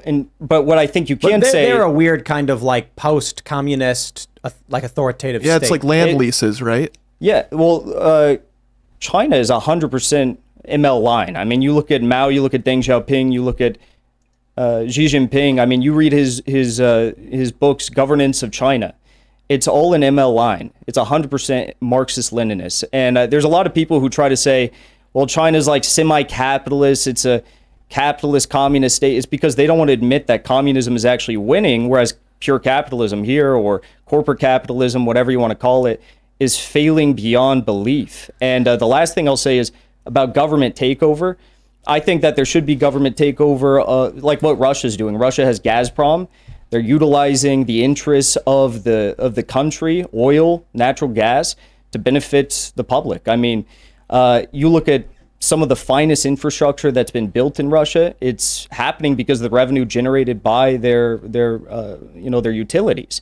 We have utilities here that are only enriching these shareholders of these massive corporations that do nothing in the interest of the working man. And they actually indebt many Americans based upon how expensive basic utilities are. Let's read some more super chats. Heron Gaming News says, Tim, how much closer do you think we are to seeing people who voted for Trump being arrested? I don't know. Several weeks passed. I mean, 2.5 years passed. How many people got arrested for being at the Capitol on January 6th but didn't actually go in the building? How many people were just there at the rally, walked up the steps confused, didn't know what was going on, and are being criminally charged? I think that qualifies for people who just voted for Trump. We're not talking about someone who smashed a window and fought cops. Yeah, I understand charges for those people, maybe 2 decades. It's a little bit extreme. But there are a lot of people who are like walking around confused, bumbling about, and they got criminally charged. And they got even just 2 months is insane for someone who had no idea what was going on. So yeah, that I think is already happening. All right, Matt's Magic Emporium says, can I come on and play Tim in MTG? Depends. We can play multiplayer Commander. Like, what do you think is good? 4 players? Yeah. 4 is good for Commander. And maybe once we finally get the club up and running, which is just, everything just takes a million years. Because my job day to day is like doing this, and then everyone else is doing everything else. So it's like, if I want to open a club where we can play cards and hang out, that's on the back burner. Everybody's doing their specific job. And then like, first thing that happens is the coffee shop. It's getting delayed because we have to do remodeling and there's permits and a historic society. Once that's up and running, then we move to 2nd floor. Then we got to install like handicap stuff. Once that's done, we do 3rd floor. So it'll be really cool to have like what would you call it? Like a hobby shop? We're gonna have probably trading cards. We'll see if we get poker legalized. Got some really awesome stuff happening on that front. We got to figure out how to do poker properly. I don't know what the argument is to have it regulated at all. Why shouldn't it just be, if you want to play a game where you can put chips on the table, you can? I don't understand what the point of any kind of regulation on it is, but we'll see what happens. I'm talking with government about how we move forward with that. But then we're gonna have a skate shop, and it's gonna be a place you go to, hang out, watch movies, and engage in fun hobbies, play music maybe. It'll be rad. And then yes, we will have Commander, and we'll have prizes, really awesome prizes. We'll grab some more super chats. Raymond G. Staley Jr. says, Tim, did you see Biden walk out of the Medal of Honor ceremony? It's becoming commonplace for politicians to disrespect the nation they represent. Everyone, please run for any and all local offices. Local offices are where it's at. That's what you need to win. Mm-hmm. Yep. Mm-hmm. What do we got? Jason Hutchinson says, it's not stealing land. You can never own what you can't defend. Yeah. I think when you look at the arguments, if you look at movies like Harry Potter, and we're talking about doing these, alternate views. Harry Potter, Voldemort's a one-dimensional villain they never quite explain. He's just a supremacist who is evil for no reason. He's just like an arrogant, creepy guy. It's like, okay, well, They give him like a tragic backstory. sort of. He was an orphan and he was a sociopath. And his mom like conned someone into falling in love with her, so he's up from this like terrible family. But there's no logical rhyme or reason described as to what he's doing and why, other than he's just a supremacist. But that is horribly one-dimensional. Look at modern reality and actually look to a white supremacist. They will tell you a whole bunch of stuff about why they believe what they believe. They should have gone into that with Voldemort. J.K. Rowling should have had Voldemort and like the Death Eaters explain exactly what it is they don't like about people of, mixed wizarding families or whatever. Instead, it was very, very one-dimensional. Imagine Harry Potter from the perspective of the right. We know the left says everyone's a Nazi, everyone's a supremacist. Imagine what Harry Potter would look like if you inverted it based on the culture war today. Voldemort is actually just like, we shouldn't be allowing people, through our borders when, we can't maintain this economically, things like that. It would be about national sovereignty, and it would be about economics, and it would be about fighting for the people of his country. It's not about whether or not you have magic or don't. It's about, are you paying taxes to this government, blah, blah, blah, blah, blah. Wizarding taxes, and those that marry the non-wizards don't have to pay. But like, it's fine that Voldemort's a supremacist. You can totally go with that line. He's basically Magic Hitler, but just they should have like she needs to elaborate on like what it is they really wanted, and it was overly simplistic. Not to mention the Great Wizarding War. It was a civil war. It was not. It was kind of like a political uprising within their country. We know that in Harry Potter universe, there's a bunch of other countries at different schools. They weren't fighting the war. So come on, do better. Anyway, what were we talking about? Harry Potter or something? All right. Because the reason I brought that up is we were talking about Avatar and what land you could own or whatever. All right, everybody. Let's see. Austin Fairbanks says, Tim, since you're so obsessed with the modern day American Civil War, you should give The Darkest Path book by Jeff Hirsch a read or listen. It has an interesting take on everything on a very plausible future. So right on. If you haven't already, would you kindly smash that like button, subscribe to this channel, share the show with your friends, head over to timcast.com, click join us because the members only uncensored show is coming up, and we got to talk about Obama. Tucker Carlson's got a video out where he's interviewing a man who claims to have engaged in adult relations with him, and not for the kids. You can follow the show at Timcast IRL. You can follow me at Timcast, basically everywhere. Jackson, you want to shout anything out? The Dive with Jackson Hinkle on YouTube. And any Twitter or anything else you want to shout out? Well, Twitter, Elon doesn't like me. So I'm not shouting that out. Fine, fair enough. I'm Hannah Claire Brimlow. I'm a writer for Timcast.com. You should follow at Timcast News on the platform formerly known as Twitter and on Instagram. We have a lot of great work from all of our journalists. If you want to follow me personally, I'm HannahClaire.b on Instagram. I'm HC Brimlow on Twitter. And I just did Seamus Coughlin's podcast today called Shamer. So you should definitely check that out. He's the worst, but you get to see me break off to cover some breaking news. So he is the worst. He is the worst, that guy. I'm glad he's gone. Saddlebags, worst. Seamus. Hey, goodbye, everyone. Ian Crossland. Follow me on the internet at Ian Crossland. And Jackson, cool talking to you, man. Especially, we barely got into the communist stuff. I like talking to people with different political ideologies. I don't know a lot of people that self-identify as communists. I like talking especially with you guys because usually people just soy out. But like, Tim's like, well, compromise. Let's do this. It makes and with the Twitter nationalization conversation too.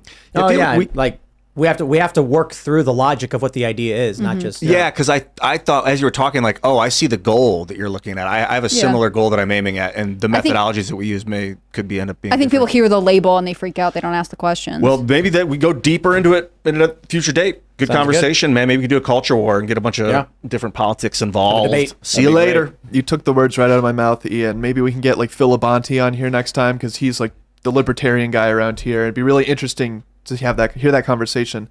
You guys can follow me at Kellen PDL. I'm mainly active on X. But yeah, follow me there. Thanks, guys. We will see all of you over at timcast.com in a few minutes for the Uncensored Show. Thanks for hanging out.